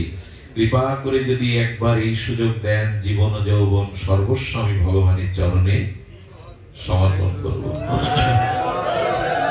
একবার সুযোগ দিন, আমি সমর্পণ করব। শুধু ভক্তগণ,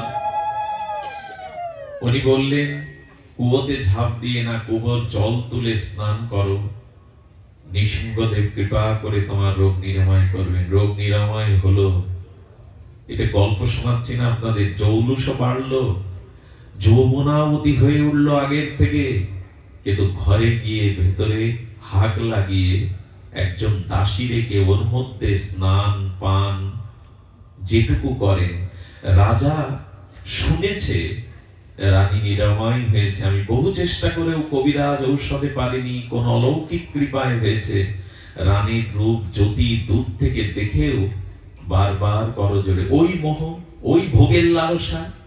বললেন, জগৎকে আমি বুঝেছি, এ শরীর সংসার আর এখন আর জগতের নয়, জগদীশ্বরের। আমাদের চেতনা এমনি করে ফিরতে পারে যদি কোনো মহতের কৃপা আমাদের জীবনে হয়। মহৎ সঙ্গ, মহৎ কৃপা ছাড়া এই জীবনে আমাদের পূর্ব কুসংস্কার স্বভাব সুসংস্কারে আসবে না। এই জন্য মানুষকে সংস্কার হতে হবে, আর সংস্কার হতে গেলে আমাদের প্রয়োজন সৎ সংস্কারের জন্য মহতের কৃপা, শ্রী গুরু কৃপা। গুরু কৃপা ব্যতীত এই জগতে কোনো কিছুই সম্ভব নয়।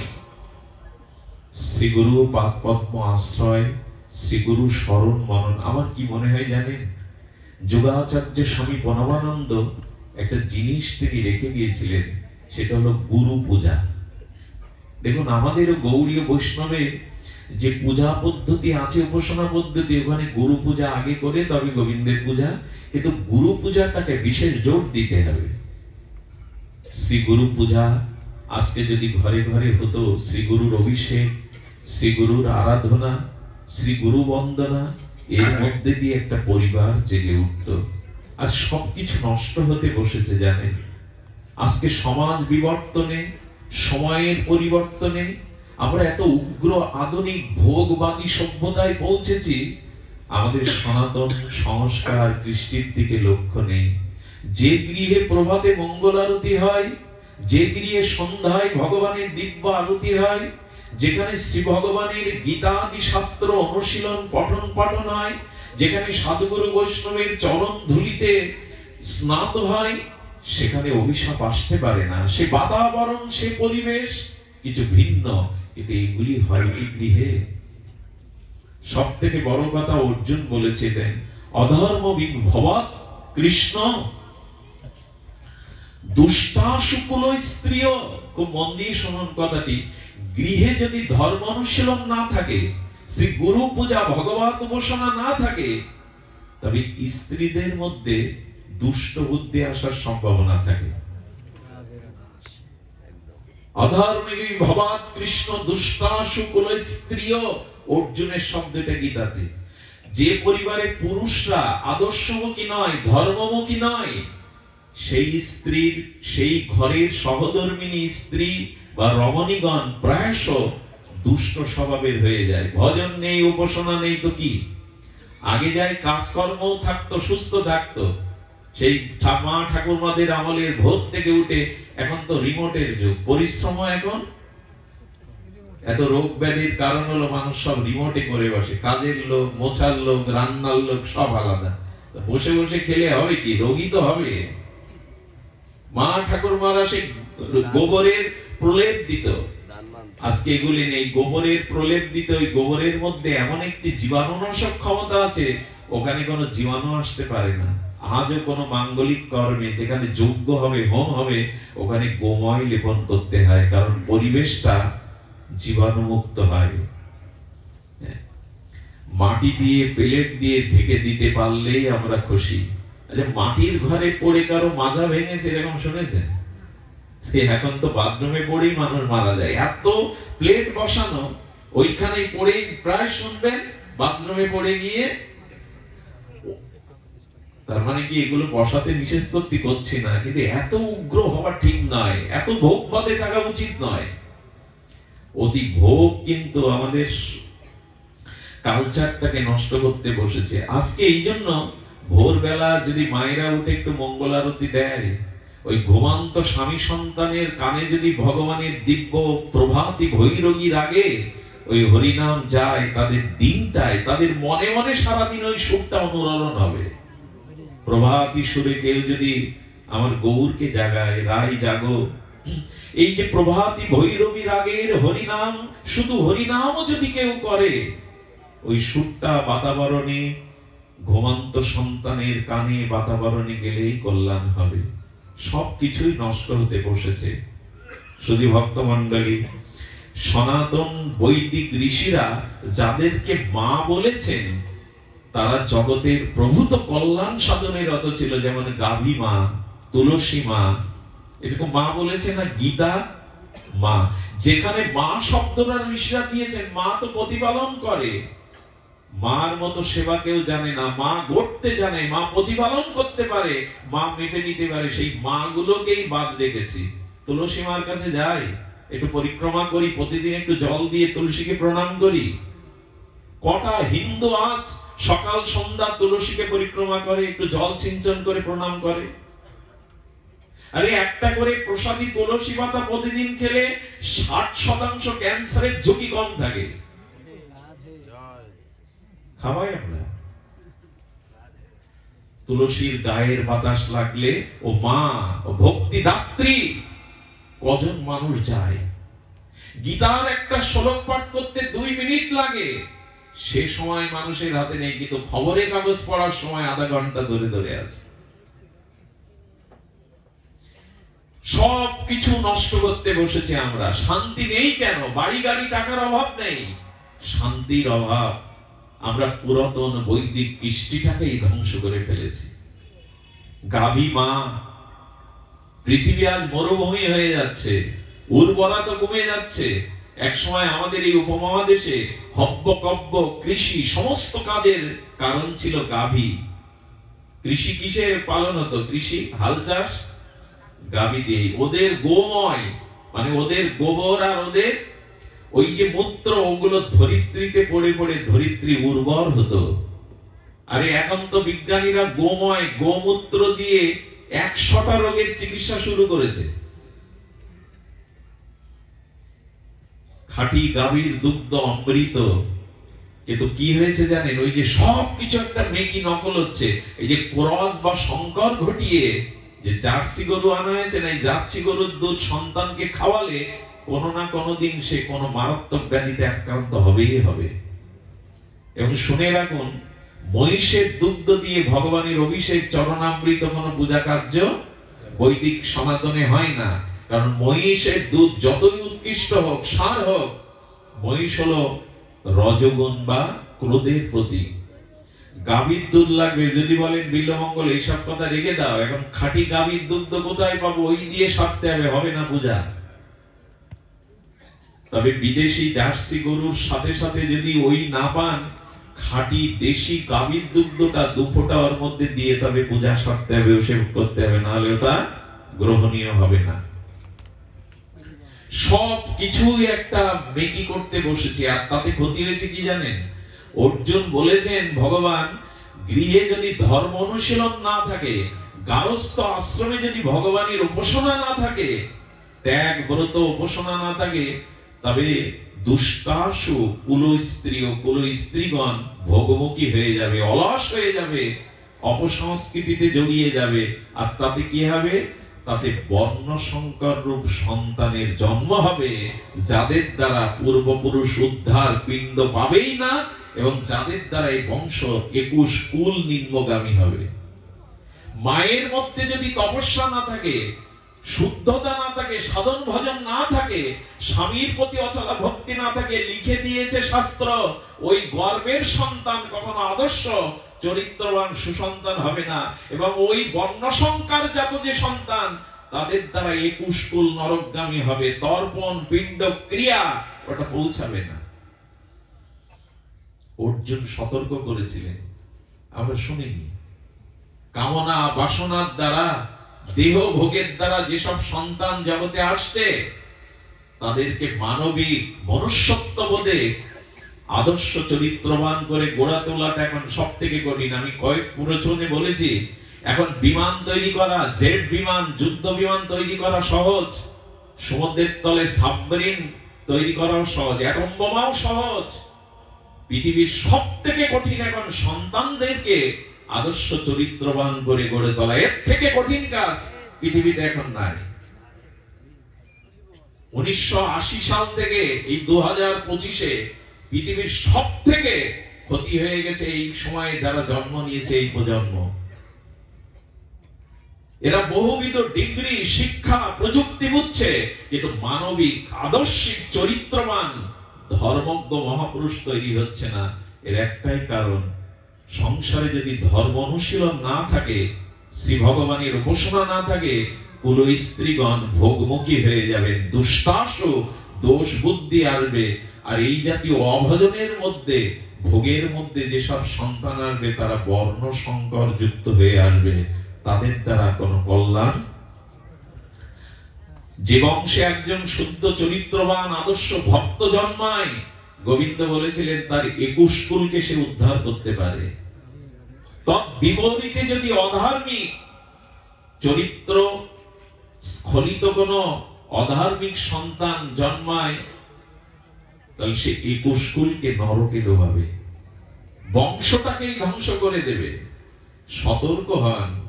টাকা রোজগার করা এখন কঠিন না, 3 তলা বাড়ি তৈরি করাও অনেকের পক্ষে সম্ভব, বাড়িতে 2-4টা গাড়িও রাখা সম্ভব, বছরে 6 বার বিদেশে যাওয়াও সহজ। কিন্তু সন্তান যদি মানুষ না করেন, ও সবগুলো একদিন আপনার জীবনে যন্ত্রণা এবং হাহাকারের কারণ হবে। কার জন্য টাকা, কার জন্য বাড়ি, কার জন্য বিষয় ঐশ্বর্য? যে রক্ষা করবে তাকে যদি উপযুক্ত না করতে পারেন, সব শেষ। একটি সন্তানই যথেষ্ট একটা বংশকে শেষ করতে। এক দুর্যোধন যথেষ্ট কৌরবদের ধ্বংস করতে, এক রাবণ যথেষ্ট লঙ্কাকে ধ্বংস করতে। আমরা এদিকে সতর্ক হই। আজকে ছেলে মেয়েদের নিয়ে আমরা যাত্রা গানে যাই, সিনেমায় যাই, থিয়েটারে যাই, মেলা দেখতে যাই, ভাগবতে আনি না ছেলে মেয়েদেরকে। জামাই বাবু বাড়ি এসছে, শালিকাকে সাজিয়ে মার্কেট করতে পাঠায়, থিয়েটারে পাঠায়।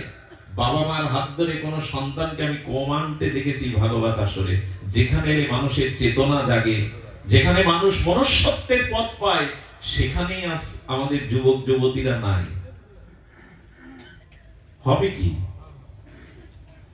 পরবর্তী প্রজন্মের কাছে, পরবর্তী সময়ের কাছে আবেদন করা হয়েছিল, বংশে একজনকে সাধু করার চেষ্টা করো, ডাক্তার মাস্টার ইঞ্জিনিয়ার বানাও, তাতে আপত্তি নেই, কিন্তু সৎ চরিত্র আদর্শবান ধার্মিক ভক্ত যদি বংশে একজনকে না করতে পারো, বাতি জ্বালাবারও কেউ থাকবে না, একদিন মঙ্গলের বাতি জ্বালাবার কেউ থাকবে না।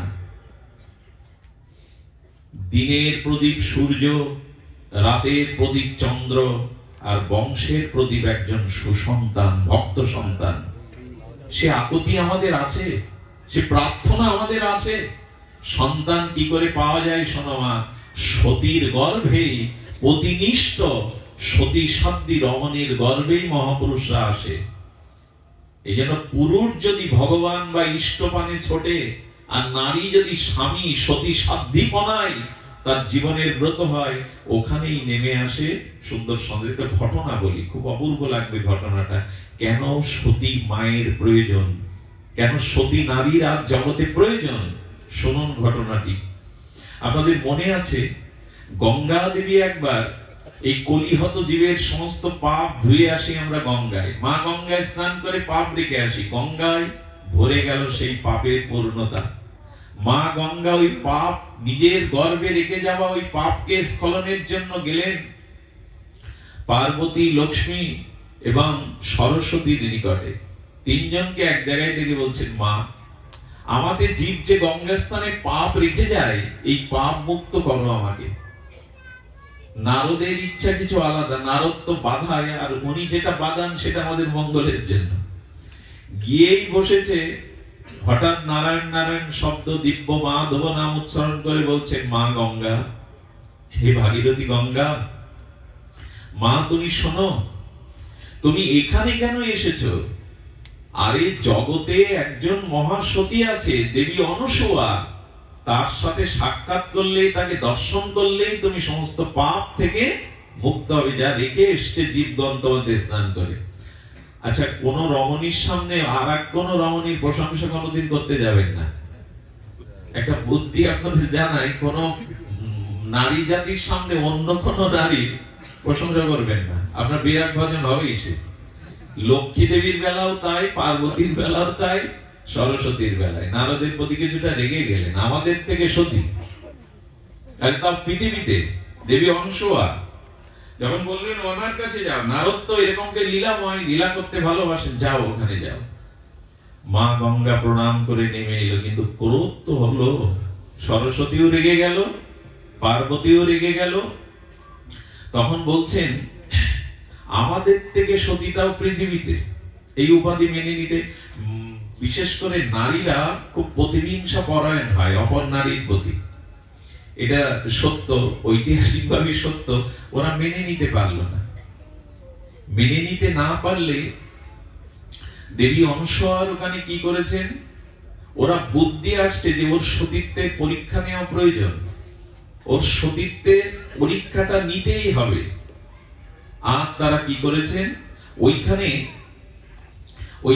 অত্রি ঋষি, অনসূয়া দেবীর পতির নাম হলো অত্রি ঋষি, উনি সমাধি থেকে হঠাৎ বলছেন একটু জল দাও। আর ওইখানে কি করেছেন, পার্বতী, লক্ষ্মী, সরস্বতী ওখানে সমস্ত জল তত্ত্বকে সরিয়ে নিয়েছেন। দেখি স্বামী চাইলে, স্বামীর আদেশে সেবা না করতে পারলে পরীক্ষা কি করে, পরীক্ষার পরে পরীক্ষা, জল ওইখানে নাই।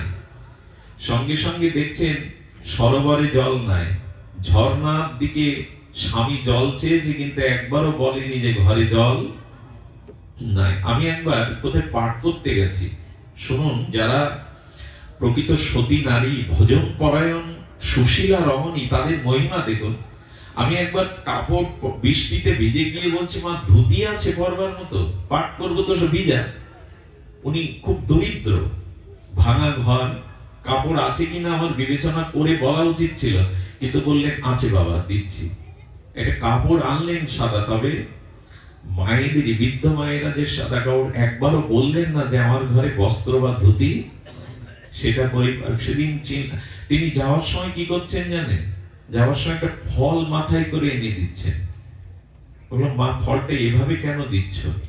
বলে, যে পথে তুমি চলেছ, আমি আমার প্রিয় পরম জগদীশ্বরের কাছে প্রার্থনা করি, তোমার এই পথে, প্রচারের পথে যেন তুমি প্রকৃত প্রেম লাভ করতে পারো, ফল লাভ করতে পারো, প্রেম রূপ ফল।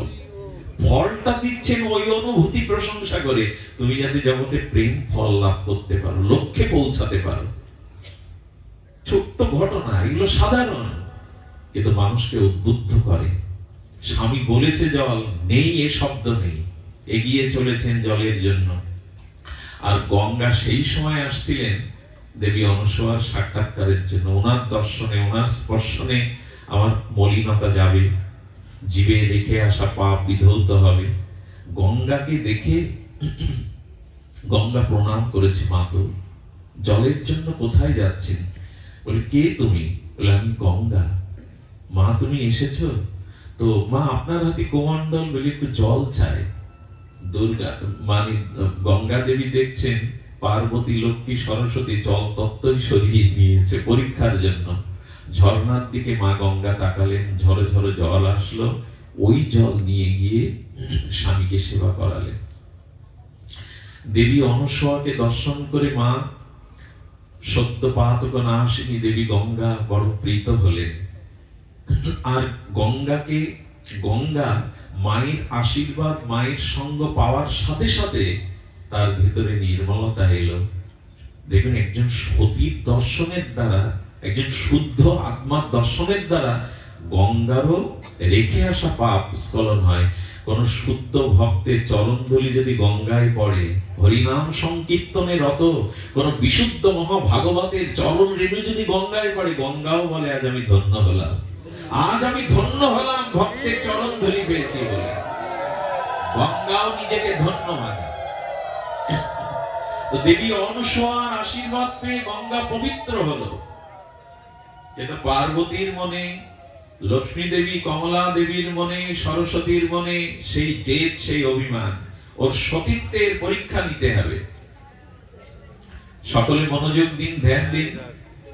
তখন বলছেন, আরে সরস্বতী বলছে ব্রহ্মাকে, পার্বতী বলছে ভগবান শঙ্করকে, লক্ষ্মী দেবী বলছেন বিষ্ণুকে, তোমরা যাও।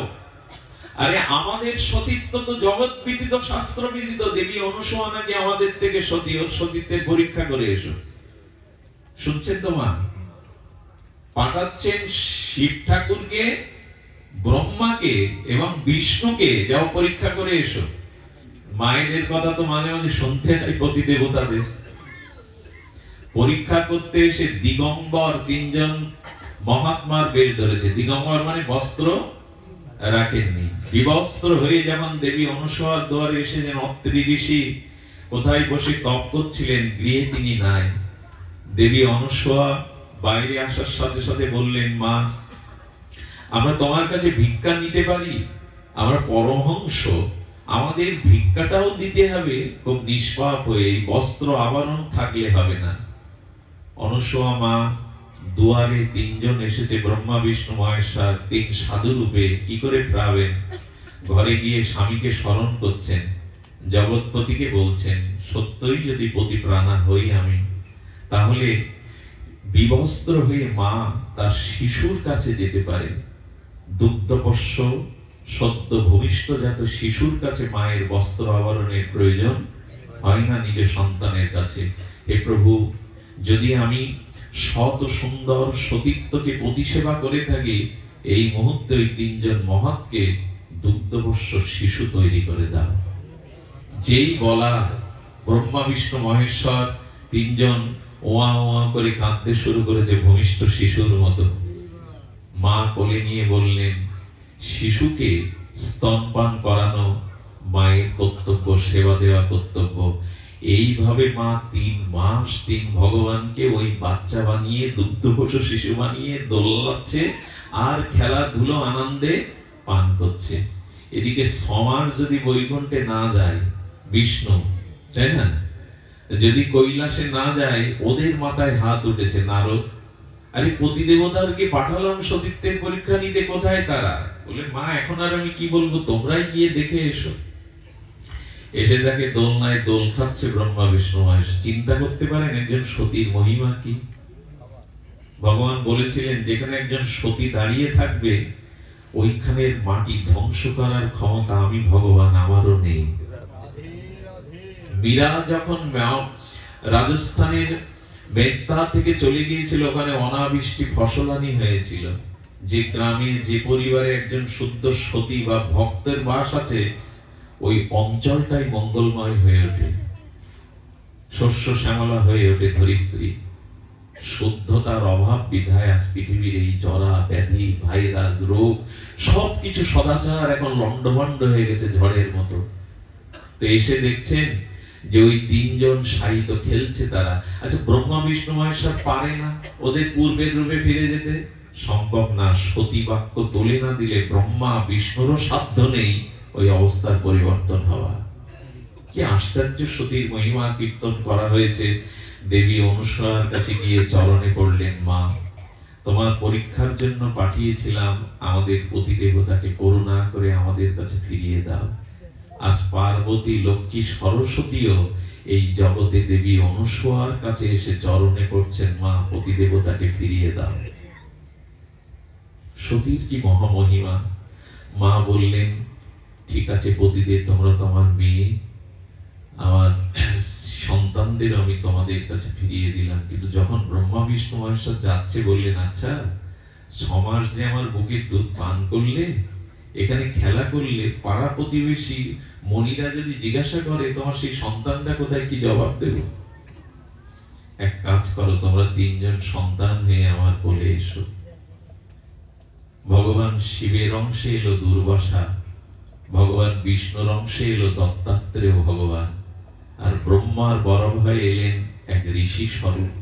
এই 3 সন্তান দেবী অনুসরণ করে মানুষ হতে লাগলেন। ভগবান ও সতীর কাছে পুত্র হয়ে আসতে চায়, প্রতিপালক হয়ে সতীর কাছে। এই জন্য আমি আপনাদের নিবেদন করব, বড় বড় মন্দির করছেন, করুন। মন্দিরে সেবা পূজা আরাধনা, নিত্য আরাধনার ব্যবস্থা করুন। মন্দির করছেন, করুন, কিন্তু গৃহটাকে মন্দির করুন, গৃহটাকে আশ্রম করুন। গৃহে যদি ধর্ম অনুশীলন না হয়, জাতি বাঁচবে না, এই ধর্ম বাঁচবে না। কারণ 4টি আশ্রম আমাদের: ব্রহ্মচর্য, গারস্থ, বানপ্রস্থ, সন্ন্যাস। এই গারস্থ আশ্রম হলো 3টি আশ্রমের জননী। গারস্থ আশ্রম না বাঁচবে, সন্ন্যাস আশ্রম বাঁচবে না। এত মহাপুরুষ কোথা থেকে এলো? আশ্রম থেকে? গৃহ থেকেই এসেছে মহামানবরা। আজকে সিদ্ধ বিজয় কৃষ্ণ গোস্বামী, তিনিও কোন মায়ের কোল আশ্রয় করে এসেছিলেন।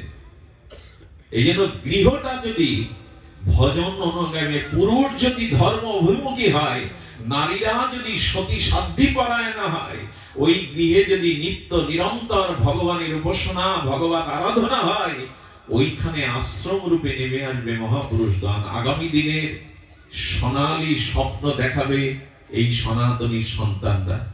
আমাকে প্রায় মাঝে মাঝে বলেন, মঙ্গলজি, আপনি যেই অনিয়ম করে রাত দিন চলছেন, আপনি আপনার জায়গায় কাউকে রেখে যেতে পারছেন তো? কাউকে গড়ে যেতে পারছেন তো? যারা যাচ্ছে, তাদের পরে যারা আসছে, তাদের মতো পাচ্ছি না। পুরাতনকে পাচ্ছেন কি? যারা চলে গেছে তাদের আর আমরা পাচ্ছি না। পাচ্ছি না এই কারণে, পাওয়া সম্ভব, পাচ্ছি না এই কারণে আমাদের সংস্কার নাই, আমাদের অনুশীলন নাই। এই জন্য মহাপ্রভু বারবার সতর্ক করেছেন, ছাড়িয়ে অনাচার করো কৃষ্ণের সংসার। সংসারটা কৃষ্ণের করো, মায়ার করো না, ভোগের করো না। ছাড়িয়ে অনাচার করো কৃষ্ণের। যেখানে হরিনাম হয় না, সাধুগুরু বৈষ্ণবের চরণ ধুলি পড়ে না, যেখানে ঘন্টা কাসর সকাল সন্ধ্যা বাজালে কি হয় জানেন? ঝাঁস, খোল, করতাল, এই দিব্য ধ্বনিতে ওখানে অভিশাপ পৌঁছাতে পারে না, কোন অপবিত্রতা সেখানে পৌঁছাতে পারে। এই শব্দগুলোর একটা মহা কল্যাণকর দিক আছে। করতাল, মৃদঙ্গ, ঝাঁস, খোল এগুলো বাজালে না, এই পবিত্র ধ্বনির ভাইব্রেশনের দ্বারা ওখানে সমস্ত অমঙ্গল দূর হয়। সর্বমহাপ্রাশ্চিত্র যে হরি নামে, যে গৃহে হরি নাম হয়, মহাপ্রাশ্চিত্র হয়ে যায় সেখানে। কিন্তু আজ আমরা যাচ্ছি কই? ছোট্ট করে এইটুকু বলবো, ভগবানের সমর্পণ করে জীবন চালান। এটি বলেই পাঠ বিশ্রাম করছি। জীবনের যা কিছু কর্ম ভগবানকে সমর্পণ করে করুন। যৎ করৌষি যদ নাসি যজ্জহোষি দদাসি যৎ, যৎ তপস্যোষি কন্তেও তৎকুরুষ মদার্পণম।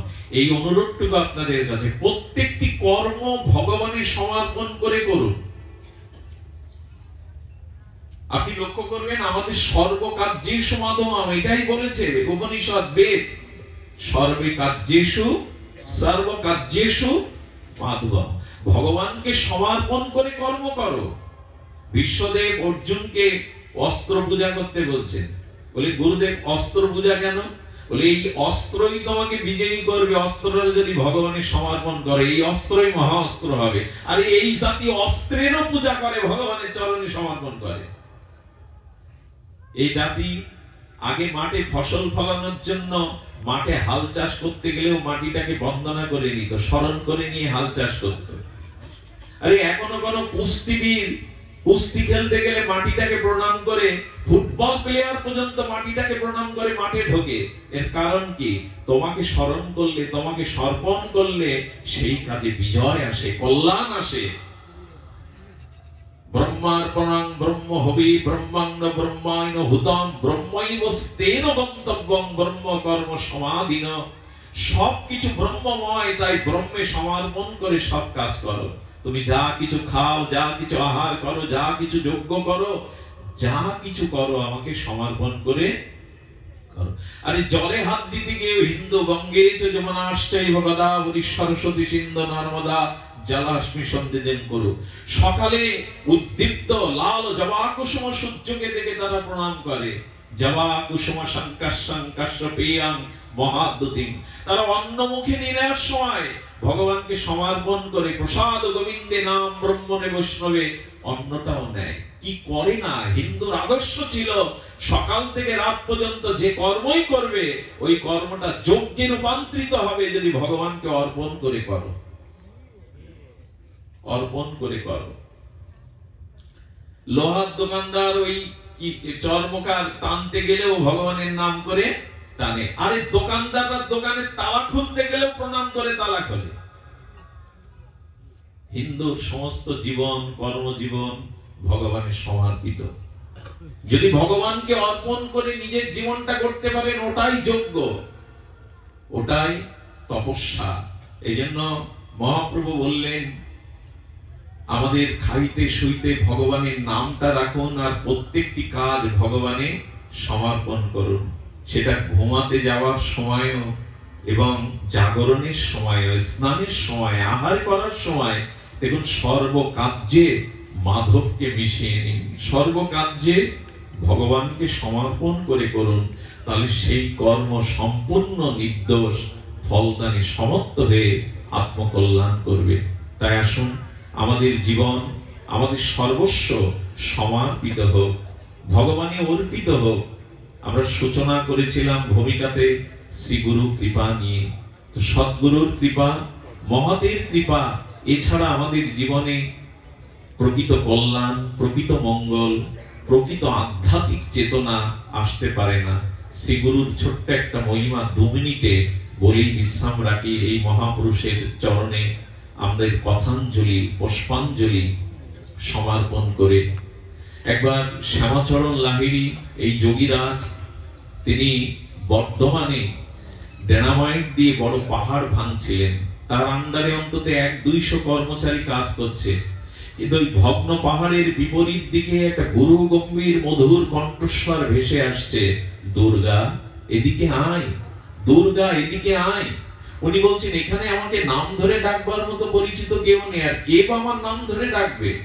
ওই মধুর কণ্ঠধ্বনি অনুসরণ করতে করতে এগিয়ে গেলেন দুর্গাপ্রসন্ন ভট্টাচার্য, বিখ্যাত যোগীরাজ। তিনি এগিয়ে গেলেন, এগিয়ে দেখছেন এক গুহার মধ্যে থেকে গুরু গম্ভীর সেই শব্দধ্বনি ভেসে আসছে, দুর্গা পাথরটা সরিয়ে, প্রবেশ পথ থেকে পাথর সরিয়ে ভেতরে এসো। উনি ভেতরে গিয়ে দেখলেন জটাজুটোধারী এক মহান তপস্বী আচার্য আসনে বসে আছেন। সম্মুখে আর একটা শূন্য আসন, সম্মুখে আর একটা শূন্য আসন। বলেন, কে আপনি? আমার নাম ধরেও বা কেন ডাকছেন? বলে, দুর্গা আমাকে চিনতে পারলি না? ওই আসনটি তোর, ওইখানে বস। কে দুর্গা? কার আসন? কি বলছেন আপনি? বলে, আমাকে স্পর্শ কর। যেই স্পর্শ করেছে, স্পর্শ অনুভূতির দ্বারা উনি পূর্বজন্মের স্মৃতি দেখলেন যে গুরুদেব এবং উনি এখানেই বসে তপস্যা করছিলেন। মহাকাল মৃত্যু এসে গুরুদেবের কাছ থেকে এই শিষ্যকে ছিনিয়ে নিয়ে যায় মৃত্যু। গুরুদেব আজও বসে আছে ওইখানে, ওই আসন পেতে আবার আসবি, আবার তোকে পূর্ণ কৃপা দিয়ে ভগবান চরণে পৌঁছে দেব, তবেই আমার স্মৃতি। এই হলো শ্রী গুরুদেব। আমার উদ্ধার না হওয়া পর্যন্ত তিনি নিজেও আমার জন্য প্রতীক্ষা করবেন, অপেক্ষা করবেন। একজন চরণাশ্রিত শিষ্য যতদিন ভগবত কৃপা না পাবে ততদিন তিনি আমার জন্য অপেক্ষা করবেন। এই হলো গুরু তত্ত্ব, এই হলো শ্রী গুরু মহিমা। বংশীদাস আমাদের নবদ্বীপে বংশী সেবা করেছে গুরুদেবের সারা জীবন। নবদ্বীপে বন্যা, খাটের উপরে গুরুদেবকে রেখে খাটের উপরে সিদ্ধ করে গুরুদেবকে খাইয়েছেন। মাজা সমান গলা সমান পিপাসার জল, শুদ্ধ জল আনতে নগরে চলে যান। আস্তে আস্তে ম্যালেরিয়া হলো, শ্বাস উঠল, বৃত্ত কবলিত হয়ে বংশী পড়ে আছে। গুরুদেব বললে, কি রে বংশী, ওঠ, আমার জন্য ভোগ লাগা, প্রসাদ কর। আর কথা বলতে পারছে না। সামনে সে বৃত্ত তাকে আহ্বান করছে মুমূর্ষ, বলে, বংশী তুই আমায় ফেলে যেতে পারিস না, এত সেবা করেছিস বংশী, তুই চলে গেলে কে দেখবে আমায়? কথা বলতে পারছে না। গুরুদেব জপের মালা মাথায় ধরে বলছেন, জমের সাধ্য নাই তোকে আমার কাছ থেকে নিয়ে যাবে। গুরু সেবা করেছিস, আমার সেবা করেছিস, জমেরও সাধ্য নাই আমার কাছ থেকে নিয়ে যাবে। আয়, ওঠ, ভোগ রান্না কর। মালা ছুঁয়ে দিলে বংশী উঠে দিব্য সুস্থ হয়ে গুরুদেবের সেবায় গেল। পারেন নাকি গুরুদেব? তাই আসুন গুরুচরণ আশ্রয় পূর্বক সদ্গুরুদেবের চরণে শরণ মনন নিয়ে জীবনটাকে সমর্পিত জীবন করি, ভগবানে অর্পণ করি। ধন্য হোক আপনাদের আজকের এই অনুষ্ঠান, ধন্য হোক আজকের এই মাঙ্গলিক আয়োজন। সবার প্রতি প্রণাম জানিয়ে, সবার প্রতি ভগবানের